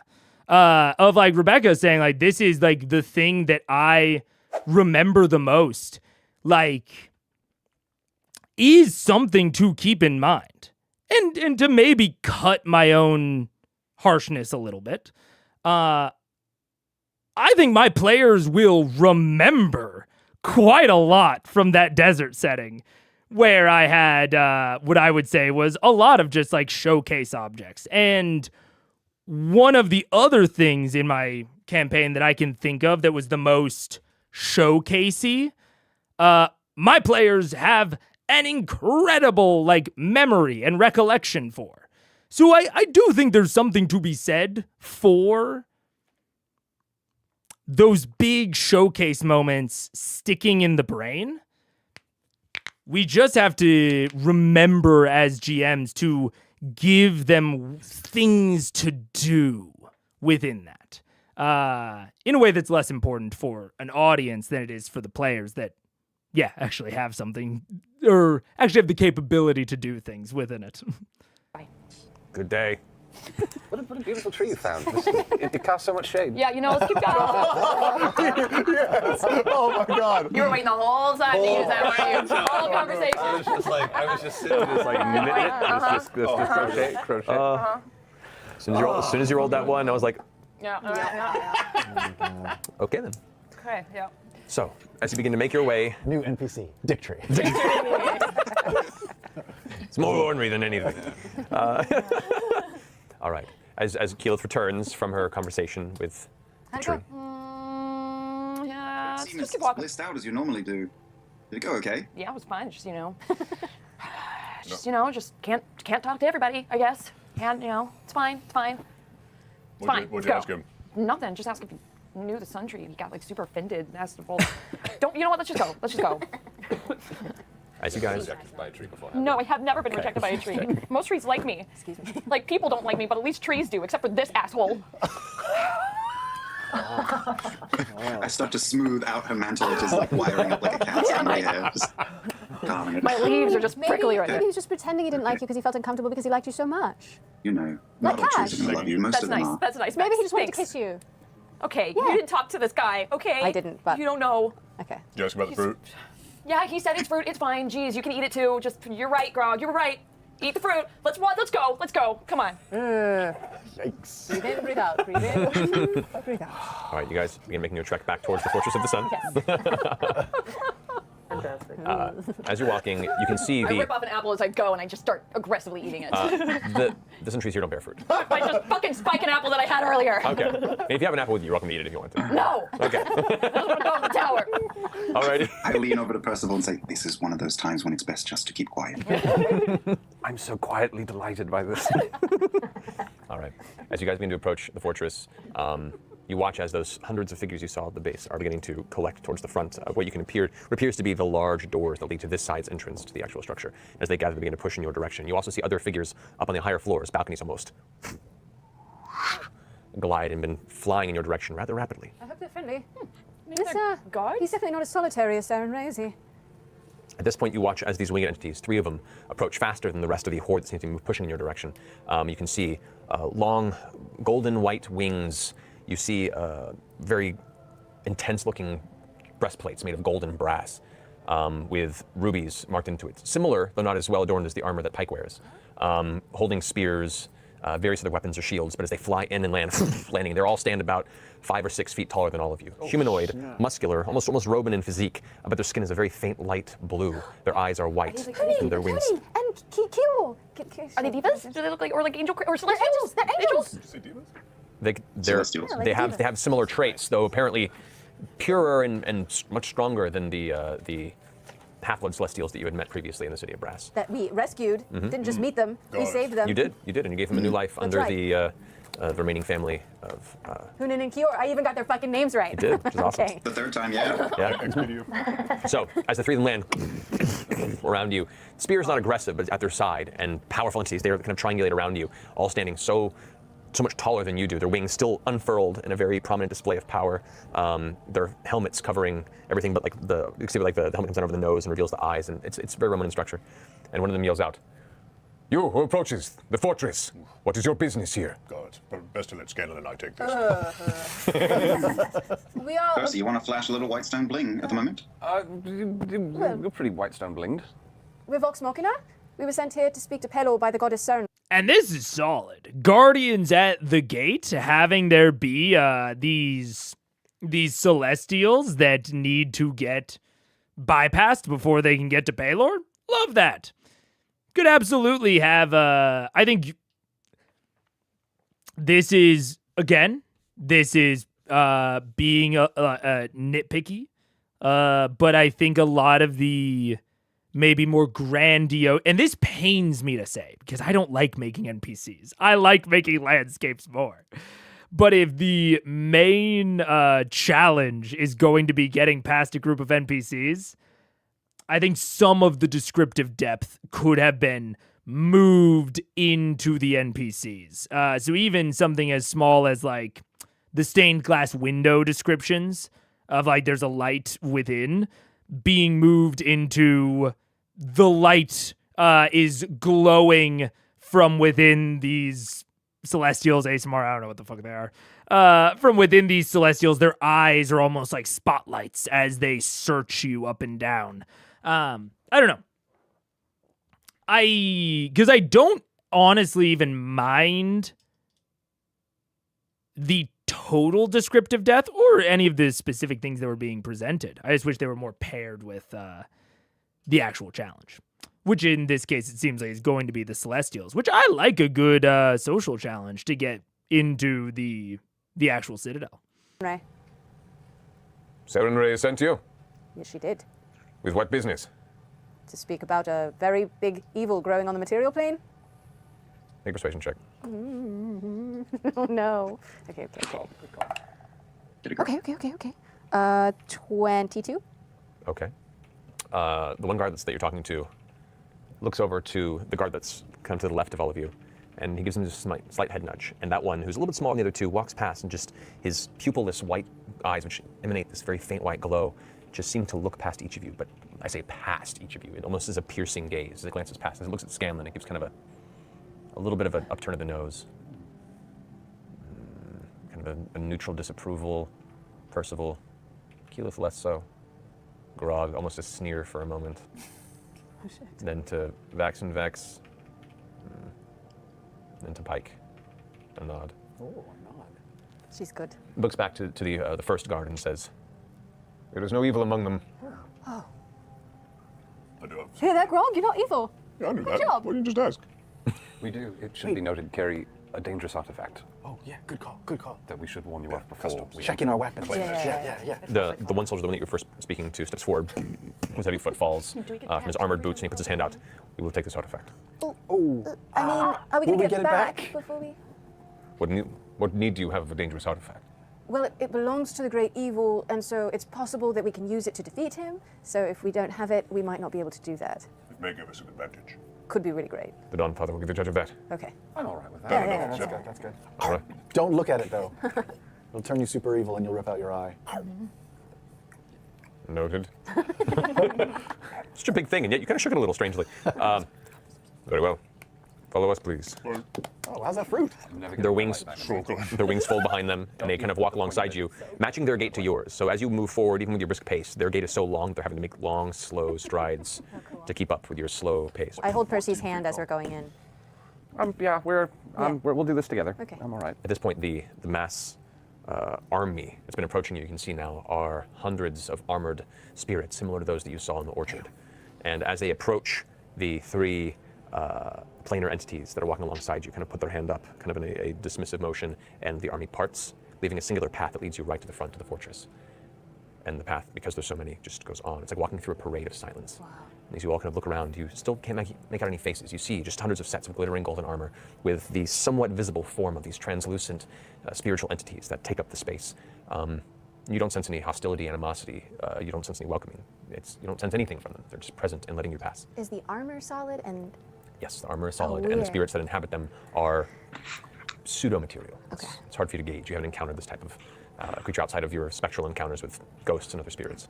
But as you step forward, being flanked and escorted by these winged guards, you're brought to the base of the 50 or so steps that ascend to the front 40-foot-tall double doors that now creak open to reveal the interior of the palace, which is as bright, if not brighter, from the inside as the outside pillar of light you're leaving. So as you prepare yourselves to adjust your gaze, you ascend step by step to eventually take in whatever the interior of the Fortress of the Sun has to offer. And that's where we're going to take a break. Yeah. We're going to return back here in a few minutes. We're going to go ahead and use the restroom, get snacks. Okay. Interesting. I mean, I will also say I am very interested to see how long this conversation with Pelor lasts. I wonder if it will last like most of the 55-minute second half. Because to caveat a lot of the stuff that I was saying about the walking and the museum walk and all that, it does depend on how long the interactive sequences are going to be. Like, I think there is sort of a proportional, or there's a certain percentage that like showcasing versus interaction should take up. And I was sort of assuming that the conversation with Pelor would probably be as long as the conversation with Sarenrae. But as we approached, I don't know. I'm getting less of that feeling. I'm getting the feeling that it might be longer than the conversation with Sarenrae. And as that section expands, I think it becomes more and more justified to take up more time with showcasing and characterizing ahead of time. So it depends. But I don't know. I actually really liked the conversation with Sarenrae. I thought the entire Sarenrae sequence was solid enough. It was very quick.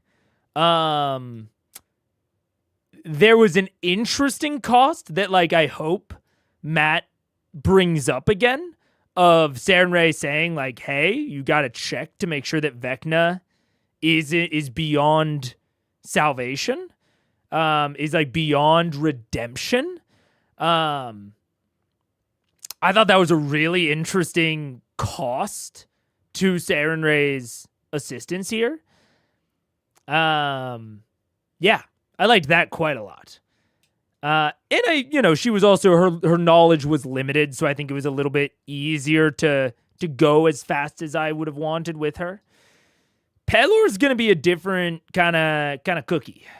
It's gonna be a different cookie, because Pelor has been established as someone more knowledgeable. But Ebster is correct. The God meeting quest has gone quicker than I feared in the beginning. And to even more good news, I suppose, Sarenrae sort of squeezing down their focus to Pelor and Ioun gives me a lot of hope. I really hope that we're going to get, we got our intro information from Sarenrae. We're going to get our medium info from Pelor. And then my prediction / hope is that we are going to go on a quest to find Ioun. I think that'd be a really fun 2 to 3 episode quest. We can find Ioun, and she can give us the real lowdown. She seems to know the most. Not only is she very clearly involved in the events that we're curious about, she got wounded, but she also, is the goddess of knowledge. So if they are looking for someone to combat the god of secrets, the goddess of knowledge makes a pretty clear connective sort of tissue. And that sort of layering of information, I think, would be a really good way to keep forward momentum without us just looking around for random blessings. Because I was really worried that was what the quest was going to be. Like the go talk to the gods quest was just going to be like, hey, Cord, we know you don't have any specific knowledge or interest of Vecna, but can you give us a little bit of a power up, please? That's what I thought this was going to look like. And it's turning out much less like that, which I'm excited about. I'm very, very hopeful. And I mean, as Delphi said, even so, this is 2 gods in 1 ep. Super true. This is 2 whole ass gods in 1 episode. So already going faster than I feared, even if they still just went around looking for blessings from gods. This is going intensely quick, which is great. So, we'll see. Oh yeah, she said Pelor and Ioun, and when prompted, said see Cord if you want to. Yeah, exactly. So I think I'm cautiously optimistic. And even though I talked, a little bit negatively about the walk up to Pelor's, it's a minor, or maybe not minor, but it's a sort of a much more complicated critique that I think is not, shouldn't be your first worry as a GM. If you're, getting into exploration, I don't think that should be the first thing you worry about. It's more if you're interested in making these sorts of landscapes or these sorts of specific sequences, then there are some sequence unique things to think about. But broadly, I like the setup. I like the setup of there being these approach challenges and each of them having these kind of unique approach challenges that maybe say something about them.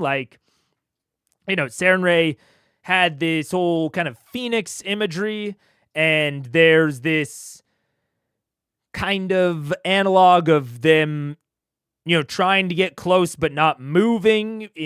There's something thematic there with a looping nature of death and rebirth and whatever.